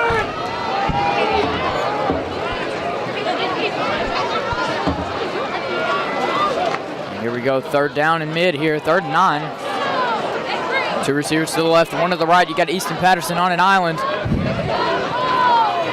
And sends C.J. Whaley in motion over towards that right side. Braden Thompson gets the snap, line busts through. Pocket collapses, and he's just going to throw this one away. And that's going to be a 3 and out for the Rabbits. Doesn't capitalize on getting that first possession at all. And here comes the punt team.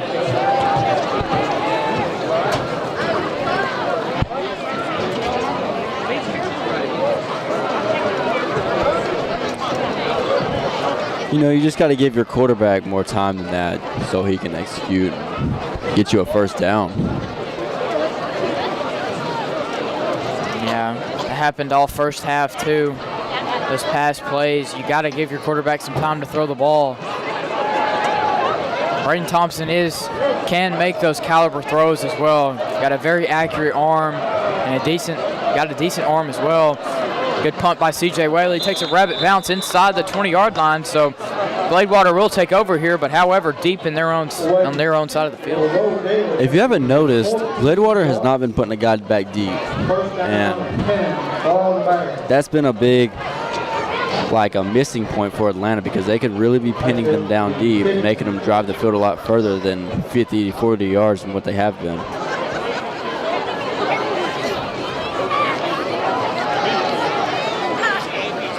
Yeah, most of the offensive possessions that Gladewater had in the first half was in Rabbits territory, and that's not a stat you should have. And especially it's showing because that's just easy points, and it might contribute to the reason why we're down 10 right now. 1st down and 10. It's going to be a handoff to the fullback, Jeremiah Flanagan. He gets a short gain of about maybe 2 yards. He ends up getting 3 on the carry, so it'll be 2nd down and 7. And you know, about the field position, if you think about it, the 3 scores Atlanta had on Liberty Ilo very fast were because of field position. Exactly.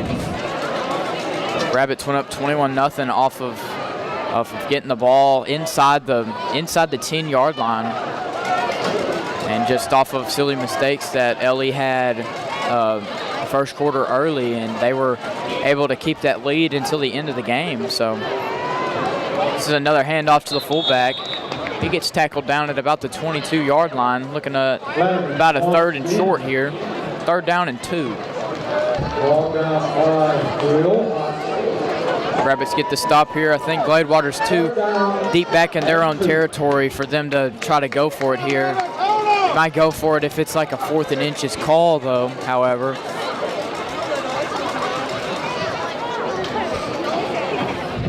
They could really just stop right here. They do. Rabbits need to clutch up and try to force a 4th down here. And here we go, 3rd down and 2. Handoff to the fullback, and he is stuffed. Got to the 25, across the 25, so it's either going to be at the line of game or it's going to be just short. Yeah. They're going to spot him at the 29, or they're going to spot him at the 24, so it's going to be a 4th and 1. Looks like they're going to go for it. They're going to go for it here. Hold down, 1/3. They stopped him on a 4th and 1 earlier on in the first half. But the Bears are confident that they think they'll get it.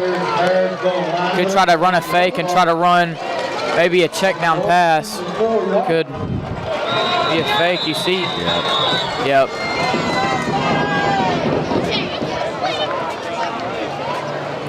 Timeout Gladewater. Yeah, you saw a signal from one of the receivers going out wide. Rabbit saw it and instantly called a timeout. So good catch by the Rabbits and good timeout there. 8 minutes and 17 seconds left in the third quarter. And during this timeout, we'd like to give you some other scores going on in the area. Start out, Pleasant Grove is up on Pittsburgh 44-7 with at the beginning of the third quarter. Gilmer is beating Longview Spring Hill 42-21 at halftime. Sims Bowie is beating Linden Kildare 56-8 at halftime. Liberty Islo is beating Jefferson 28-12 in the third quarter. That's a good game. Hooks is beating Redwater 7-6 at halftime. Texas High is beating Jacksonville at 49-0. DeKalb is beating Queen City 44-0 in the second quarter. Good move. Carthage is beating Rusk 56-0 in the second quarter. And Longview is beating North Forney 28-21 in the second. So managed to squeeze out that 1 yard that they needed, enough to move the chains for a first down for Gladewater.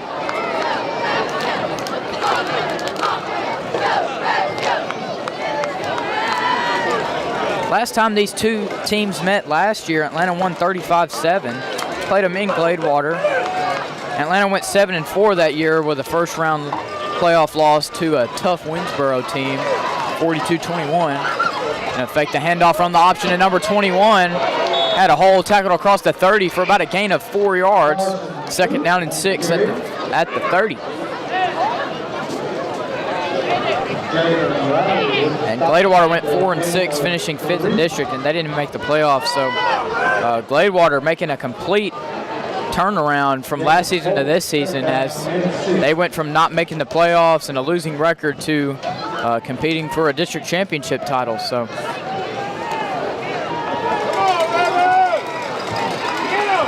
here we go, second down and 6 at the 30. Quarterback under center. It's going to be a handoff to the fullback. Met him at the line, but able to push for a couple of extra yardage. Good play by the fullback to get a little bit of yards after carry.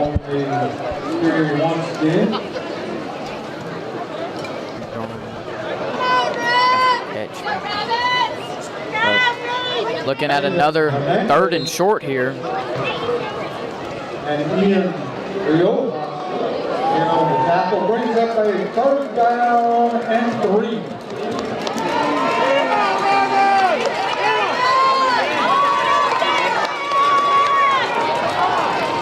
Here we go, 3rd down and short.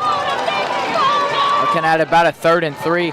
It's going to be a handoff to the running back, Carson Cooper. I think he'll have the first down. I mean, he did get tackled about across the 35, and yep, that'll move the chains once again. First down Gladewater. And just those short 3 to 4 yard carries is all they need. You do that 3 times and you get a first down, and that's exactly what they're doing right now.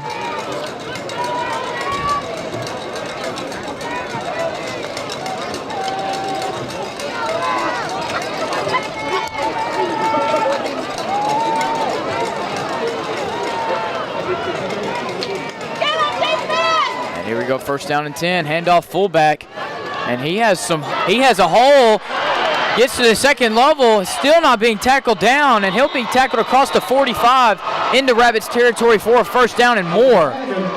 What a carry by the fullback, Jeremiah Flanagan. Oh my goodness.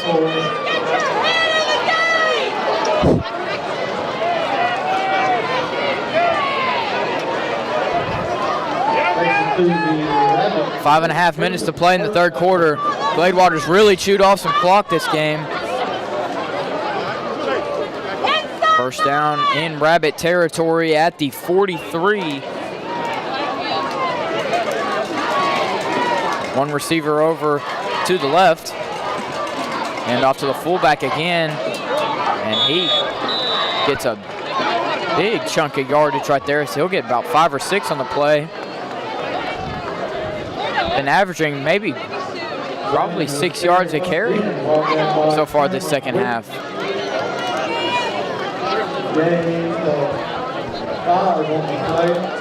Second down and 5.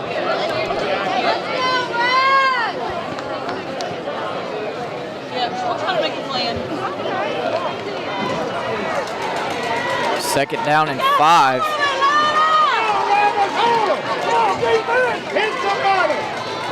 And it's going to be a handoff to the fullback again. And he gets tackled down, but not after another short gain. Third down and 3. And I believe the 31-yard line.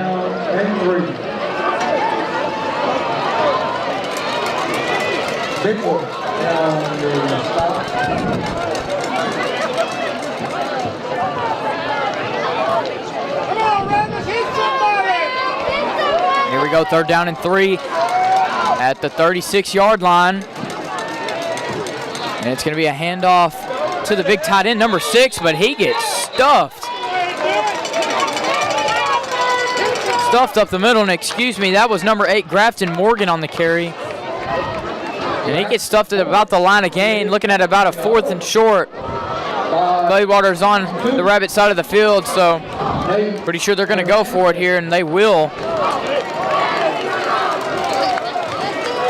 3.5 minutes to play in the third quarter. Defense could stop a long drive. This is used up most of the quarter. Play clock winding down. Gonna have to call a timeout, and they will. Try to stop the clock. And looks like Gladewater's gonna use their second charge timeout here. Only one more left to play in the half.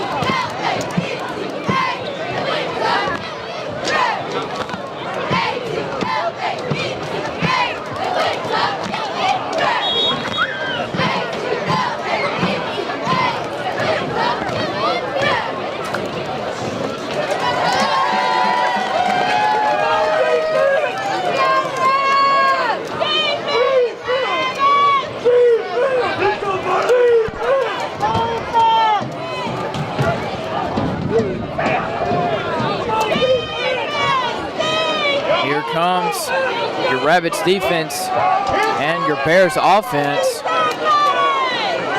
And big fourth down coming up for both teams.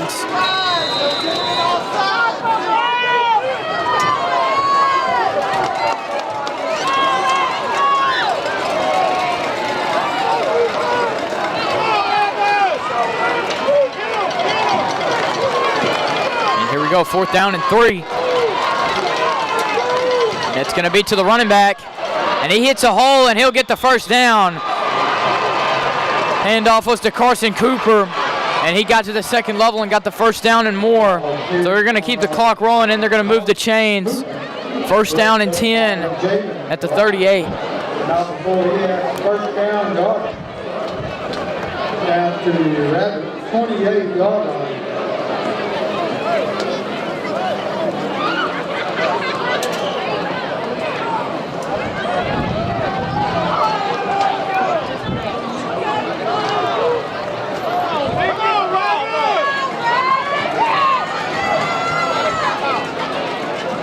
Go first down and 10. It's going to be a handoff to the fullback. Gets another 5 yards once again. And his helmet came off, so he's going to have to sit out for a play.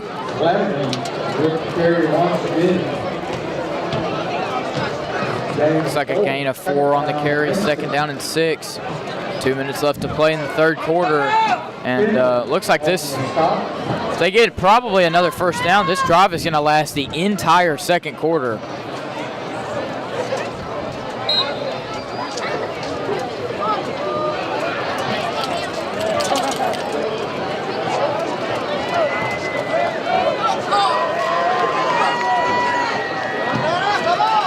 Here we go, 2nd down and 6. It's going to be a handoff to Carson Cooper. He gets to about the 20-yard line, which is once again another 3rd and short.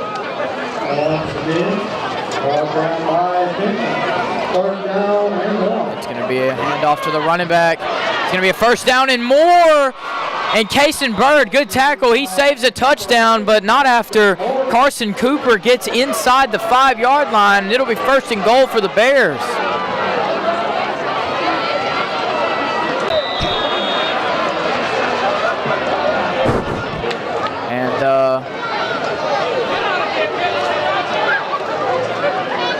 Looked like they tried to run some hurry-up offense, and looks like we got a player for the Rabbits going down. Looks like that's number 18, Cameron Williams. Looks to be okay. They called an injury timeout, though, so that stops the momentum for the Bears and gets them. It's the defense a chance to get a breather. I'm not sure he was actually hurt, though. I'm pretty sure he just went down for an injury timeout, but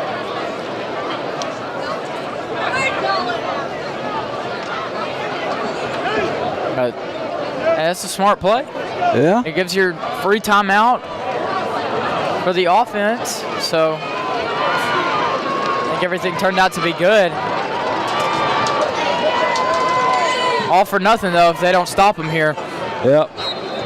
First down and goal at the 3-yard line.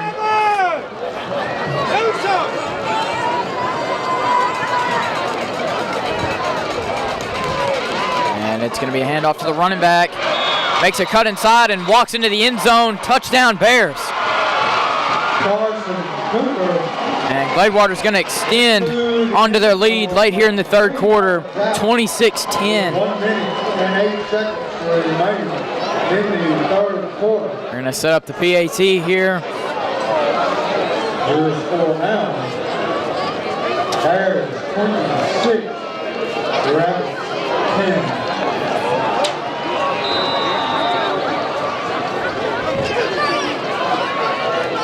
The kick is up. It's right through the uprights and good. And Gladewater is going to go up a 3-possession game here. Gladewater 27, Rabbits 10. We're going to take a short commercial break here. You're watching RabbitTV.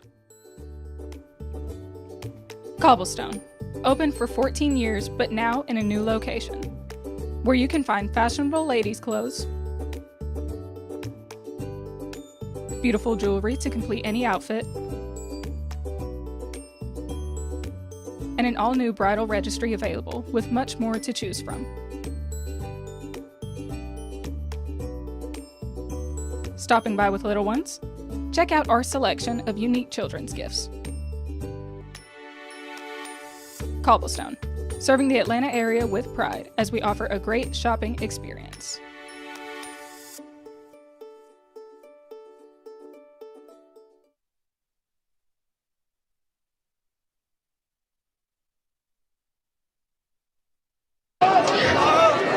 And we are back, ladies and gentlemen. Here come your Gladewater kickoff team as well as your Rabbits kickoff return team.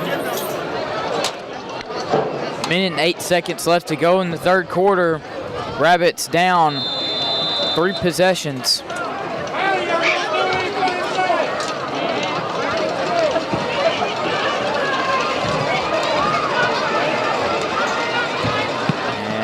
This one is going to be a long kick, and that's going to fly into the end zone. And that ball is booted. Rabbits are going to get a touchback here at the 25, however. They're going to start their offensive possession here. First down and 10 for the Rabbits. have some magic happen. We need to start scoring. We need to start scoring fast if there's any chance we can get ourselves back into this game. Got to score this quarter.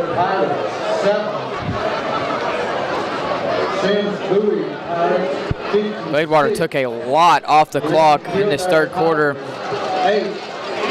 The 3 and out by the offense, and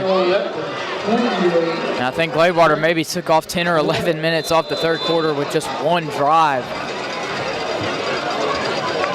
Braden Thompson's going to fake the snap. Screen pass to Jaden Riley. He has some running room, and he's across the 25, across the 30, making some cuts, making some people miss, and he'll be tackled across the 35 for Rabbit's first down. Great stop. Great start to this offensive possession, and we got a player from Gladewater down. That looks to be number, could be number, can't really see him from here. I think that's number 9 maybe? Yeah, that's number 9, Marquise Rutherford. Junior defensive lineman. Redwater 6. And at halftime, the Cal Bears 50. Queen City Bulldogs. Great start to their offensive possession for the Rabbits. 11-yard catch by Jaden Riley. Got to the second level, made some men miss.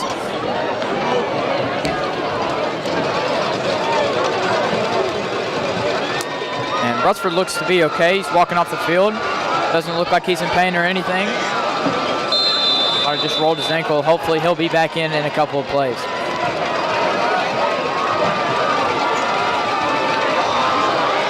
Here we go, first down and 10. Braden Thompson's going to drop back to pass.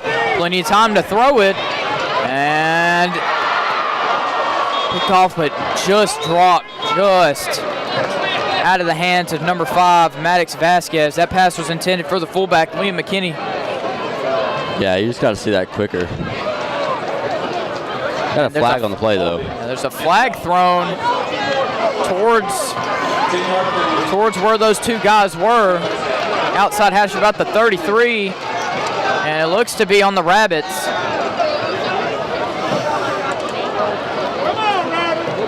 And yep, it's going to be, looks to be a holding call for the Rabbits, so that'll send them back 10 yards. It'll be first and 20. As if this game couldn't get any worse for the Rabs.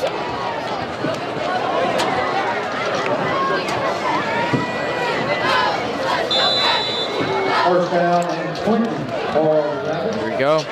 First and 20 for the Rabbits. Braden Thompson's going to drop back to pass.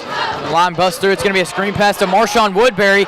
And he has some room down the sideline. 40, 35, 30, 25, 20. And gets ran out of bounds at a 20-yard line. Marshawn Woodbury. There's a flag on the field, though. Flag is thrown. Where was that flag thrown at? Sitting right there on the 40. Right there at the 40-yard line, and the Rabbits are coming back. And this one's going to be called back. Not sure what this is on. Surely they didn't call him on the block that he was trying to think. There's no way. And it's going to be a holding call on the offense. And back him up 10. That's killer. That's killer because we would have been in the red zone here. Yeah, you see how critical one penalty can be. Shooting themselves in the foot, they're not.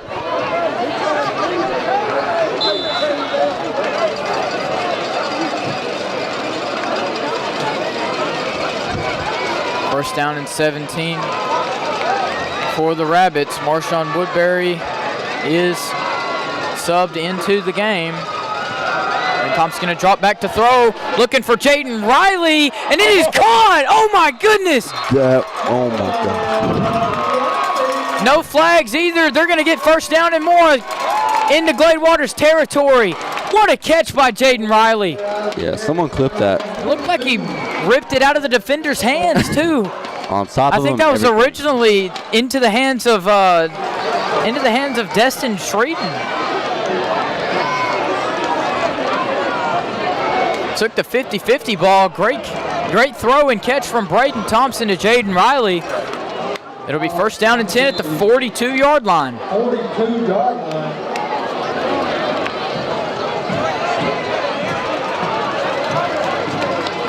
17 seconds left to play. Braden Thompson's going to drop back to pass. Screen pass over to Jaden Riley, too high, incomplete. 9 seconds left to play in the third quarter, second down and 10. Continued by Sheriff. Brings up second down and 10.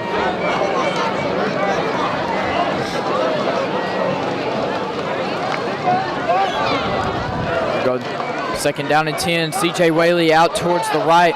Jaden Riley out towards the left. Riley's being used at receiver this possession. And Thompson looking to throw. Man. Intended for C.J. Whaley, but just thrown out of bounds. 3 seconds left to play in the third. Third down coming up. So out of bounds. That'll bring up third down and 10.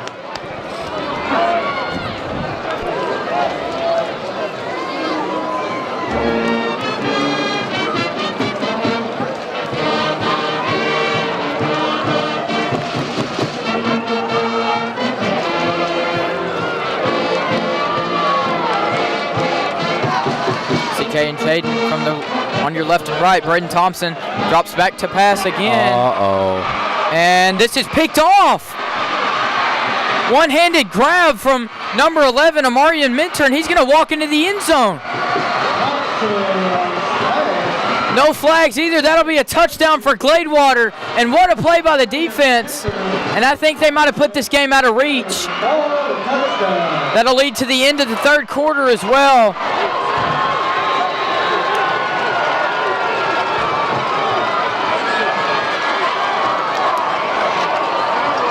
Last play of the third quarter. And man, I think they might have iced this game. They might have put this game out of reach. They make this PAT. The Rabbits are going to be down 24 to go into the fourth quarter. Man, tried to run just the screen pass over to Marshawn Woodbury, the same play that Marshawn Woodbury got about a 60-yard rush on that got called back because of a holding penalty. Tried to run that same thing again, but the defensive lineman got his hand up and he came down with the ball. And just a great play. And a great showing by Gladewater's defense as well, especially the secondary. Showed up and covered those high key receivers and showed up when it mattered most, especially after that first down. And yeah, just Gladewater's defense has played mostly lights out this entire night.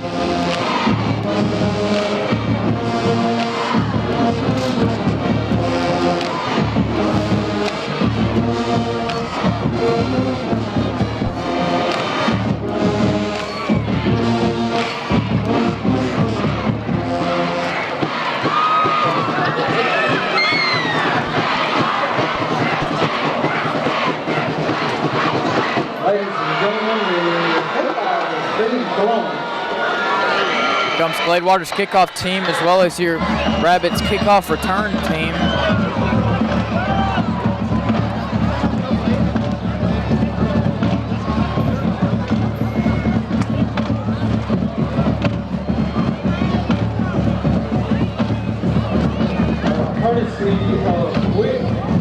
Looks like Healthy families make healthy hearts. And a Wicks wants to say thank you to our Rabbit community. Thank you for your support. that ball is sent deep. Jaden Riley's going to get a chance to get a return on this. Out across the 20 and tackled down across the 20 and about to the 24-yard line. It'll be first down and 10 for the Rabbits.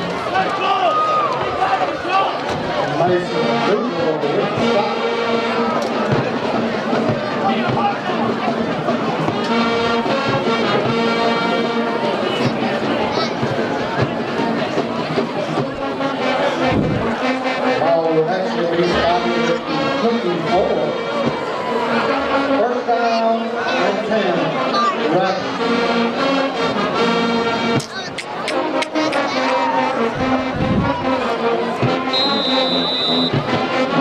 And here we go, first down and 10 for the Rabbits at the 24-yard line. It's going to be a handoff, and it's going to be a reverse to number 0, Caden Linwood, but the defense is all over that. Good tackle by number 34, Dion Patton. He's going to be met for a loss. And a big loss, too, about a loss of 6 yards. There's going to be... And there's going to be a timeout, an injury timeout for Gladewater.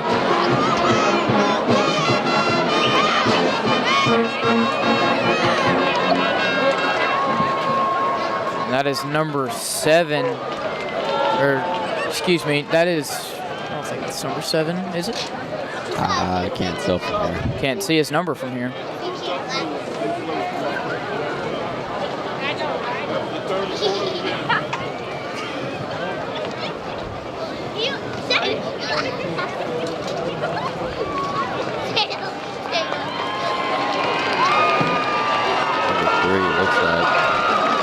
Yeah, that was number 3, Anthony Sanchez. Hobbled off the field. Hopefully he's fine, and hopefully he'll be subbed back into the game. 11 minutes and 35 seconds left to go in the 4th. Looking at about a 2nd and long here. 2nd and 16. 2 receivers out to the left, none to the right. Braden Thompson is going to drop back to pass. And he's going to sling it deep. Oh, that's definitely PI, yeah. Yep, and 2 flags in the air as it's going to get called for pass interference. That'll be 15 yards, and it'll be first down and more for the Rabbits.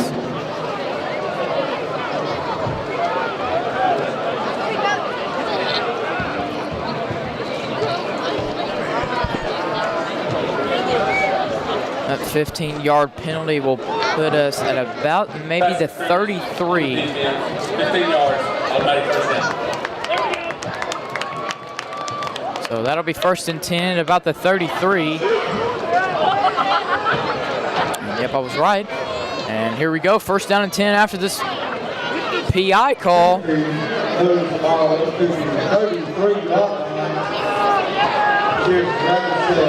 down and 10.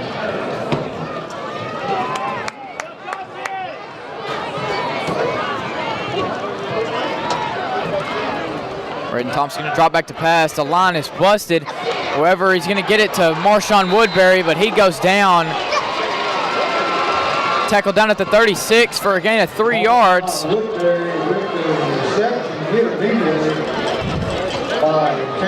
Tackled by the defense. Tackled him down immediately after he caught the ball.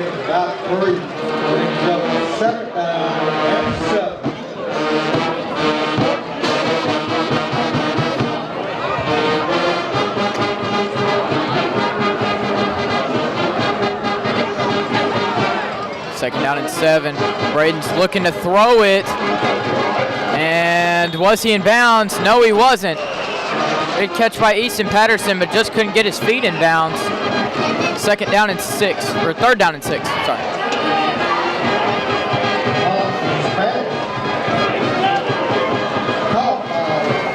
Easton Patterson out of bounds. He's a third down and 6.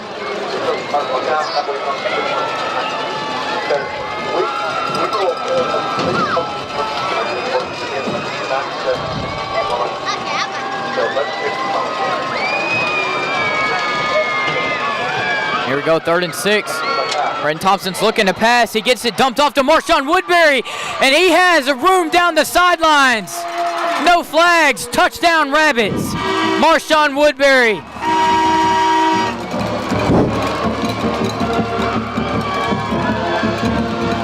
And makes up some of that lead. Plenty of ball game left to be played. 10 minutes and 33 seconds left in the 4th quarter. We're going to go for 2 here.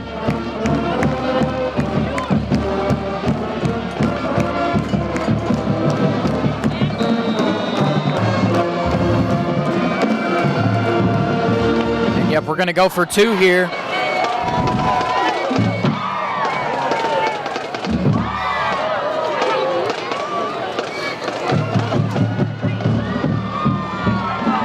Braden Thompson's going to get the snap. Fakes to Marshawn Woodbury, rolls off to his left, and caught in the end zone. Easton Patterson, that 2-point conversion is good.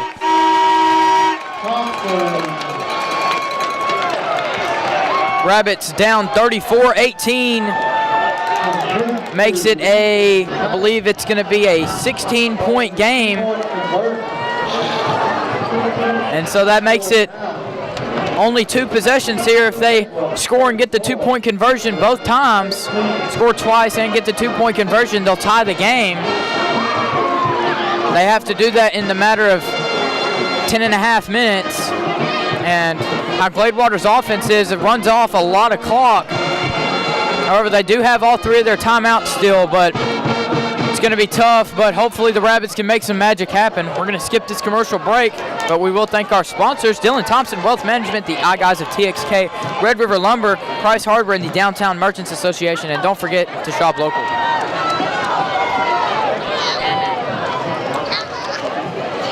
And yeah, that pass play to the running back is a complete hit or a complete miss, as one resulted in a interception returned back for a touchdown, and then another one led to a touchdown. Yep. So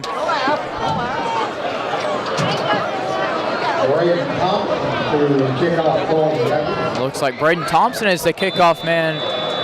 Looks like they might try to get an onside kick here. And that kick was sailed over the heads of the kickoff return team, and that's going to be out of bounds at the 40.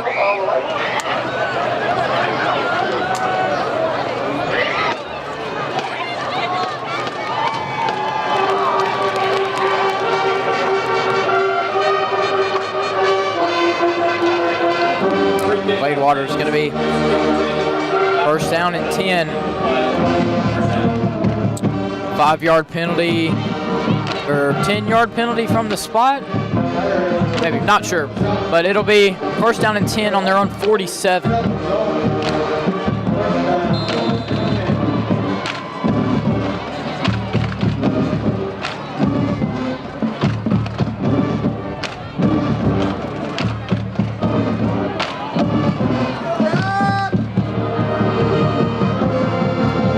First down and 10. Hand off to the fullback, stuffed, but however, he does get to midfield. So it'll end up being a gain of 2 or a gain of 3 nonetheless. So it'll be second down and 7. Got to stop this power eye late. Need to stop them quick on defense. If you can force a 3 and out here or a turnover, that'd be great.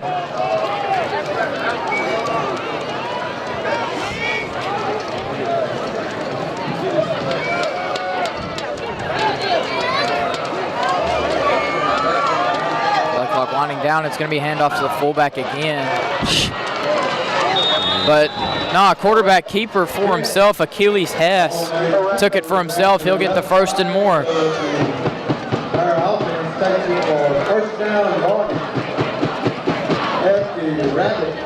Clock is winding down at about 9 minutes and 30 seconds left to play. They're going to use all of that play clock as well.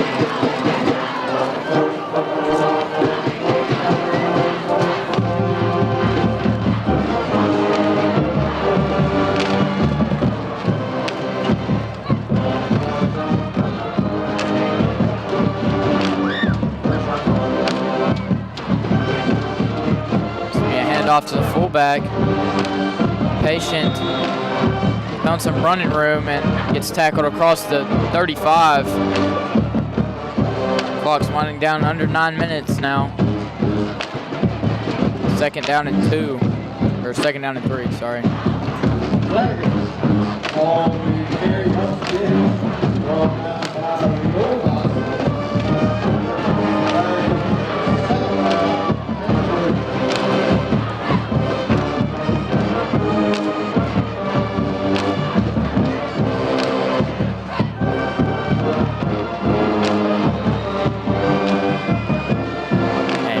go, 2nd down and 3. And it's going to be a handoff to Carson Cooper, and he gets a cutout to the outside, inside the 15, and tackled down at the 10-yard line. 1st down and goal. Looks like ball's out. And the ball's out. Looks like TJ Rainey might be on it. Carson Cooper. And it's Rabbit's ball. Rabbits get the turnover. They managed to poke the ball out. And the offense is going to take over. 8 minutes and 17 seconds left to play. And that's exactly the play the defense needed here. What a play. Best case scenario right there. And did TJ Rainey make the tackle on that play too? Yeah. Forced the fumble and recovered the fumble. And what a play by that sophomore defensive back.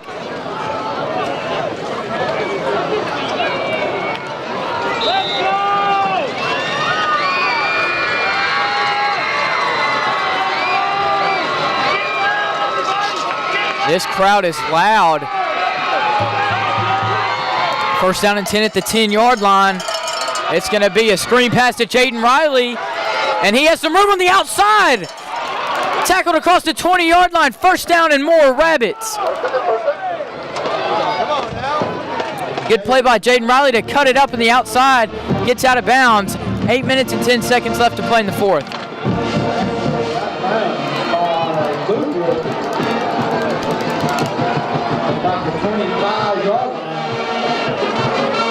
Here we go, 1st down and 10 at the 25.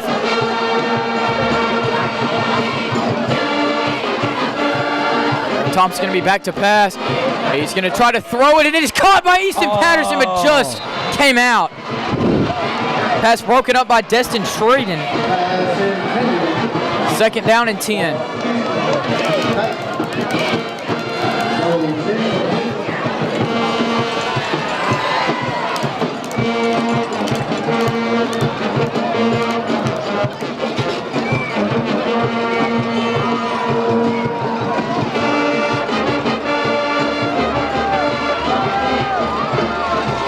TJ Whaley is out of the game right now.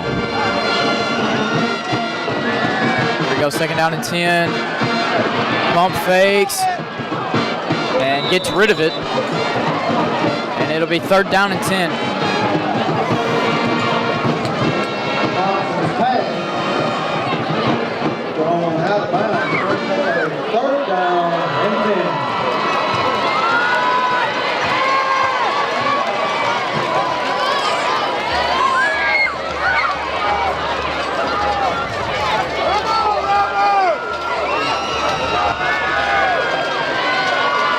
Jaden Riley outside to the left. Easton Patterson to the right. You got to go for it. Shields was open, just over his head, I guess, and it'll be 4th down and 10. They're leaving the offense out there. Yeah, if you want a shot in this game, you got to go for it. Yeah, I don't think you give the ball back to Gladewater here. And CJ is out, but I'm not sure what's wrong with him. Must have went down on a play, I'm guessing.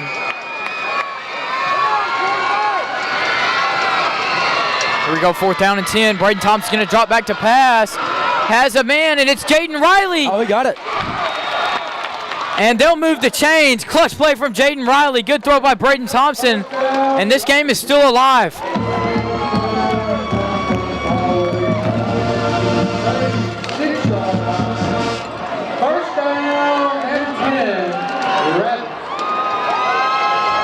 Here we go, clock's winding down. 7.5 minutes to play in this game. Rabbits still down by, I believe, still down by 2 possessions. And here we go, 1st and 10 at the 36. Braden Thompson's going to drop back. Oh. Tried to run that screen pass again to Marshawn Woodbury, but it was just overthrown.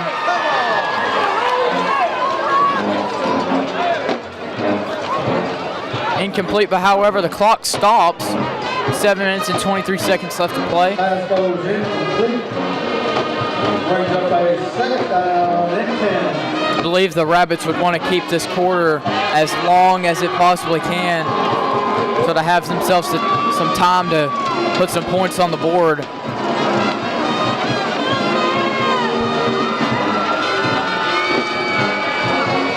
we go, 2nd down and 10. Braden Thompson going to drop back to pass, and he's going to scramble and slide down at the 38.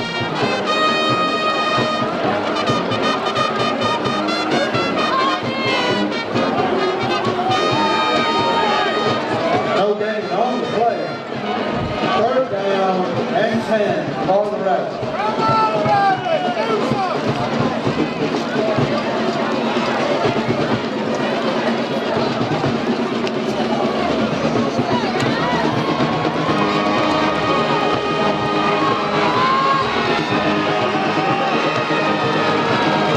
Third down and 10. 36-yarder.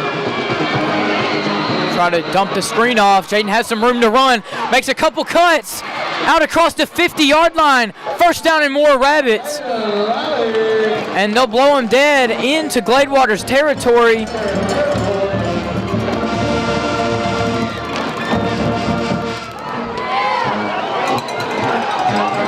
Bear 47. 1st down and 10. 1st and 10 at the Gladewater 48-yard line.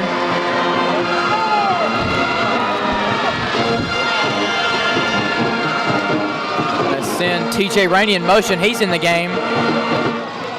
Braden Thompson's going to drop back to pass. Scrambling. He'll roll out. He's got some room to run and slides down at the 35.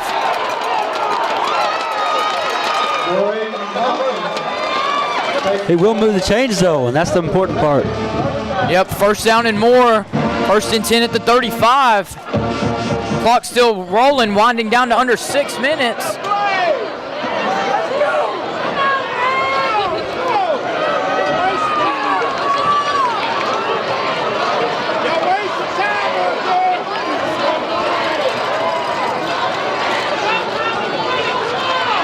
Two receivers to the left, one to the right. Braden Thompson fumbles the snap, picks it up. He's got some rolling out to his right, and he's going to throw that away. There is a flag on the play, however. Flag down thrown at the 39-yard line. A Gladewater helmet came off.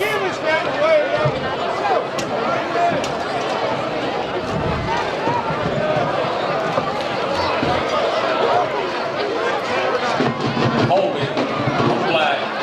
10-yard penalty. Still 1st down. It's going to be holding on the offense. Back them up 10.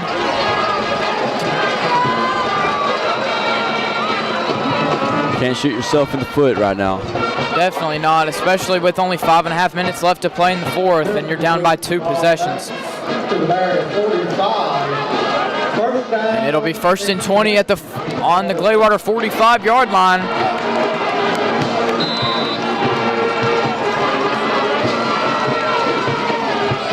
Here we go. TJ Rainey gets sent in motion. He's in at a receiver this game.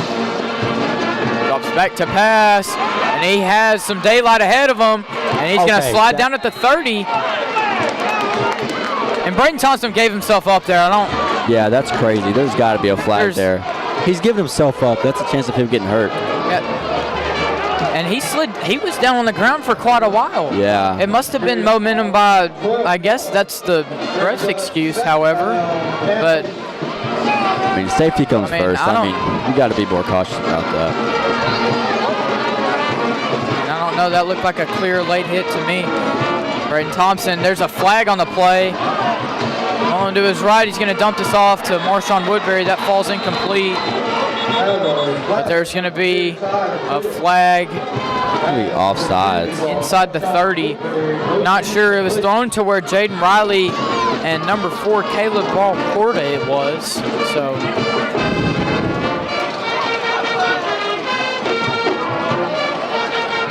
Illegal formation. That penalty is declined. 3rd down. Illegal formation. The penalty is declined. 3rd down and 8 on the 33-yard line. 3rd down and 8. Come on, Rabbit!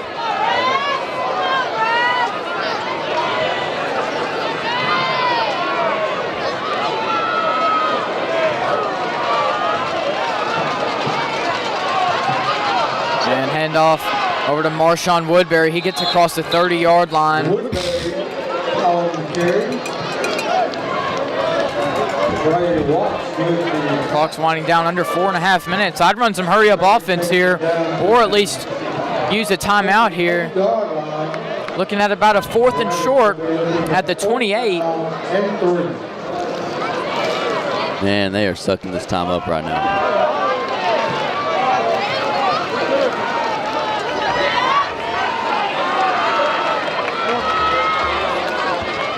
There we go, 4th down, and it's going to be a handoff to Marshawn Woodbury. And he's going to push the pile, and I think he got to the line of gain, and he will be. 1st down for the Rabbits.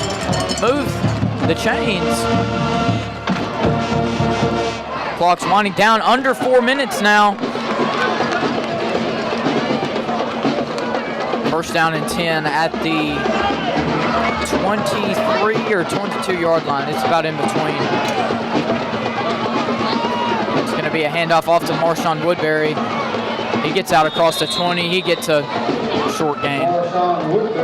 Handoff, however, clock is still going to be running. 3.5 minutes to play.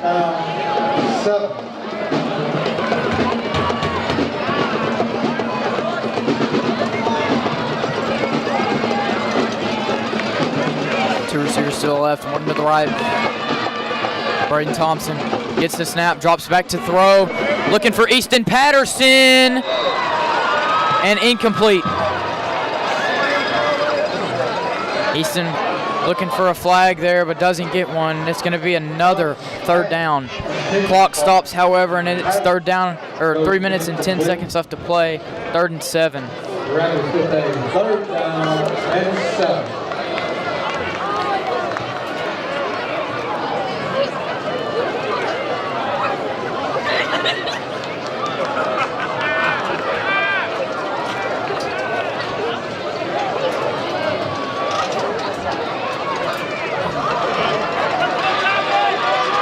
Two receivers to the right, one to the left. Braden Thompson's going to drop back to throw. Plenty of time, looking for someone, and just heaves it out of bounds. 4th down. 3 minutes and 3 seconds left to play.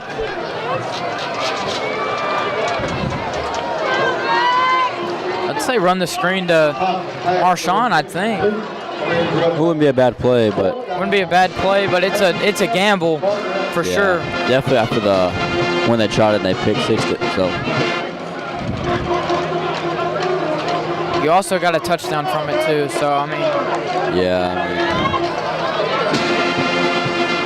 Not a pass here. To the left, one to the right, and it's gonna be a timeout. Atlanta.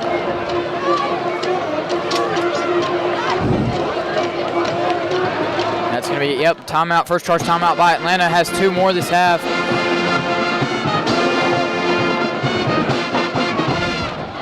And only 3 minutes left to go in this ball game.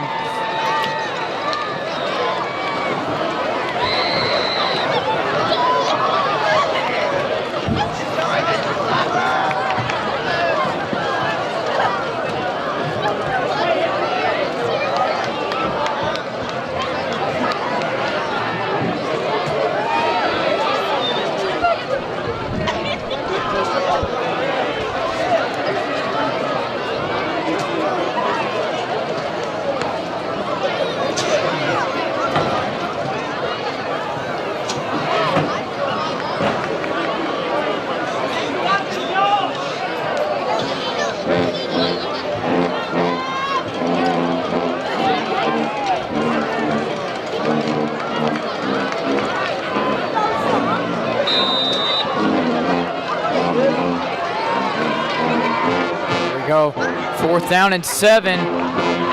Looking for TJ Rainey and incomplete. No flags on the play, and that's going to be a turnover. Gladewater gets the ball back with 2 minutes and 59 seconds left to play in the game. And, I think that'll be your game, folks. Turn the ball over down. Got to do is get a couple 1st downs, which they've been really successful with the power I, as long as nothing disastrous happens or if the ball comes out.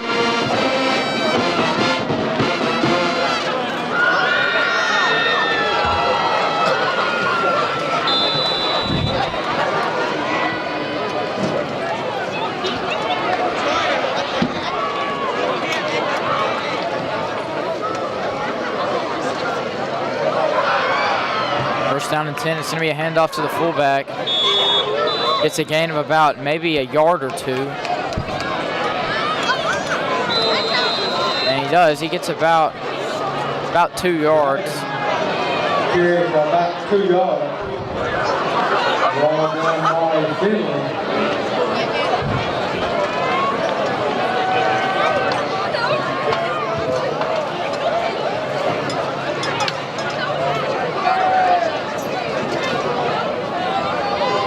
Timeout. Atlanta, please reset the game clock to 2:48. 2:48. Timeout by Atlanta. Game clock's going to reset to add 5 seconds on the clock. Atlanta only has one more timeout.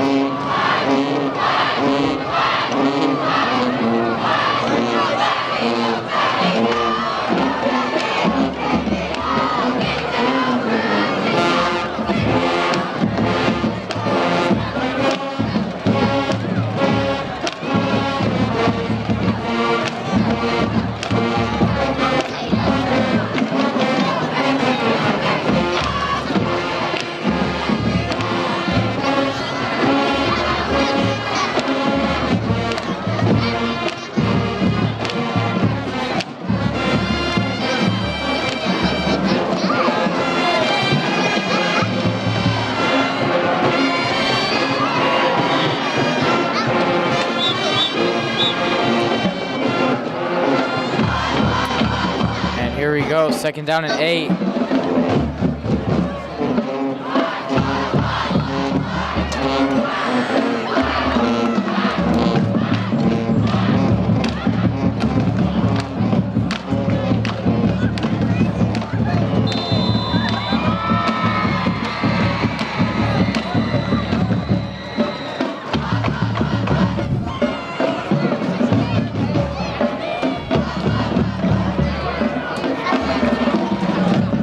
Go 2nd down, another handoff to the fullback.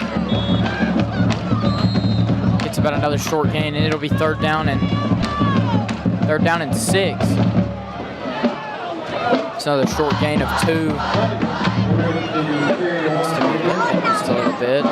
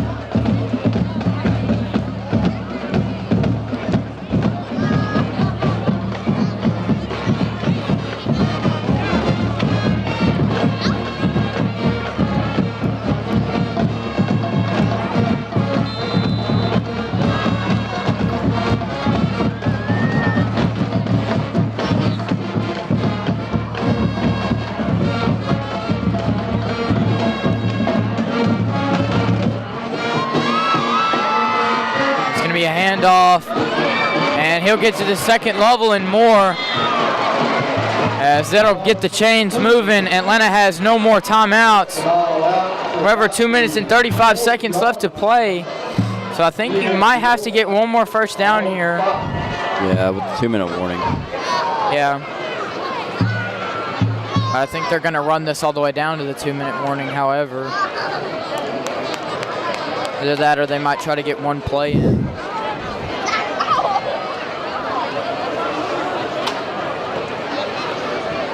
And I don't think they're going to.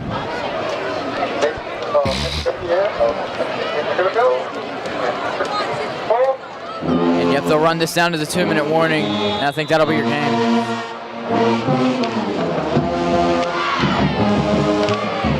Hard-fought battle between these two teams. Gladewater's gonna end up being your district champions. However, this is the last. However, this is the last game for the Rabbits, as their bye week is the very last week. So they're going to end up finishing second in district, which isn't bad at all. We're going to play the third place district finisher from District 7 for the first round of the playoffs, which I believe that's going to be either Malakoff or Mount Vernon, I think, depending on how their games go in District 7, if they were able to pull anything off or not. But if we do end up playing Mount Vernon, we have played them earlier on in the season in week 4, I believe, and we came out with a win, 22-17 on our homecoming. So wouldn't be a bad first-round matchup to play. I think it'd be a good game, and I think it'd be a pretty close game as well, considering how close the game was last time these two teams went up against each other. Oh yeah. But just a great regular season from the Rabbits had. Looks like they're going to be in victory formation. And yep. Atlanta's had, I think, one of the best seasons they've ever had in I think, a pretty long time. Maybe 5 or 6 years since they've ever been this good. And still, even after this game, this might not be the outcome that you'd want, but I still think you hang your heads high. You have a bye week going into the first round of the playoffs. I say just keep your heads high and get ready, shake this loss off, and get ready for the first round of playoffs. Oh yeah, no doubt. Because I have no doubt that I think both of these teams can have a pretty deep run, and there's a good chance that they might face each other again deep out in the playoffs. So. Oh yeah, I wouldn't view this as a setback either. I think this is just putting more momentum in their team. They haven't lost since week 1. This is going to get them bitter. So.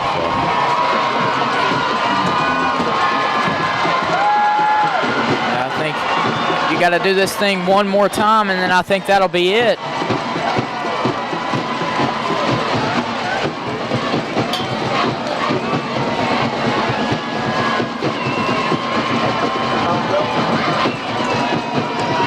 Rabbits tried to make a last effort, but when you're playing down 24 into the fourth quarter, it's really hard to do. So, and I think, yep, and that'll do it. Gladewater will be your district champions, folks. Atlanta's going to fall to second in district, 5-1 district play, which is a great record. Amazing season from these two teams. Gladewater still got one more game to play. They have week 11 against White Oak. So, but yeah, that'll be your final score, folks. Gladewater 34, Rabbits 18. Gladewater will go up to 8-1. The Rabbits will fall to 8-2. But again, a great game and a great season. And a great regular season by both these teams, and I'm looking forward to watching both of them and hopefully calling the game for the Rabbits for their first playoff game. So, anyways, that's all I need to say. You got anything to say, Nick? No, I think we about said it all. All right, well, these are our final words. Like I said, final score, Atlanta 18, Gladewater 34. We're your hosts, Landry Blythe. And Nick Nash. And this is RabbitTV, signing off.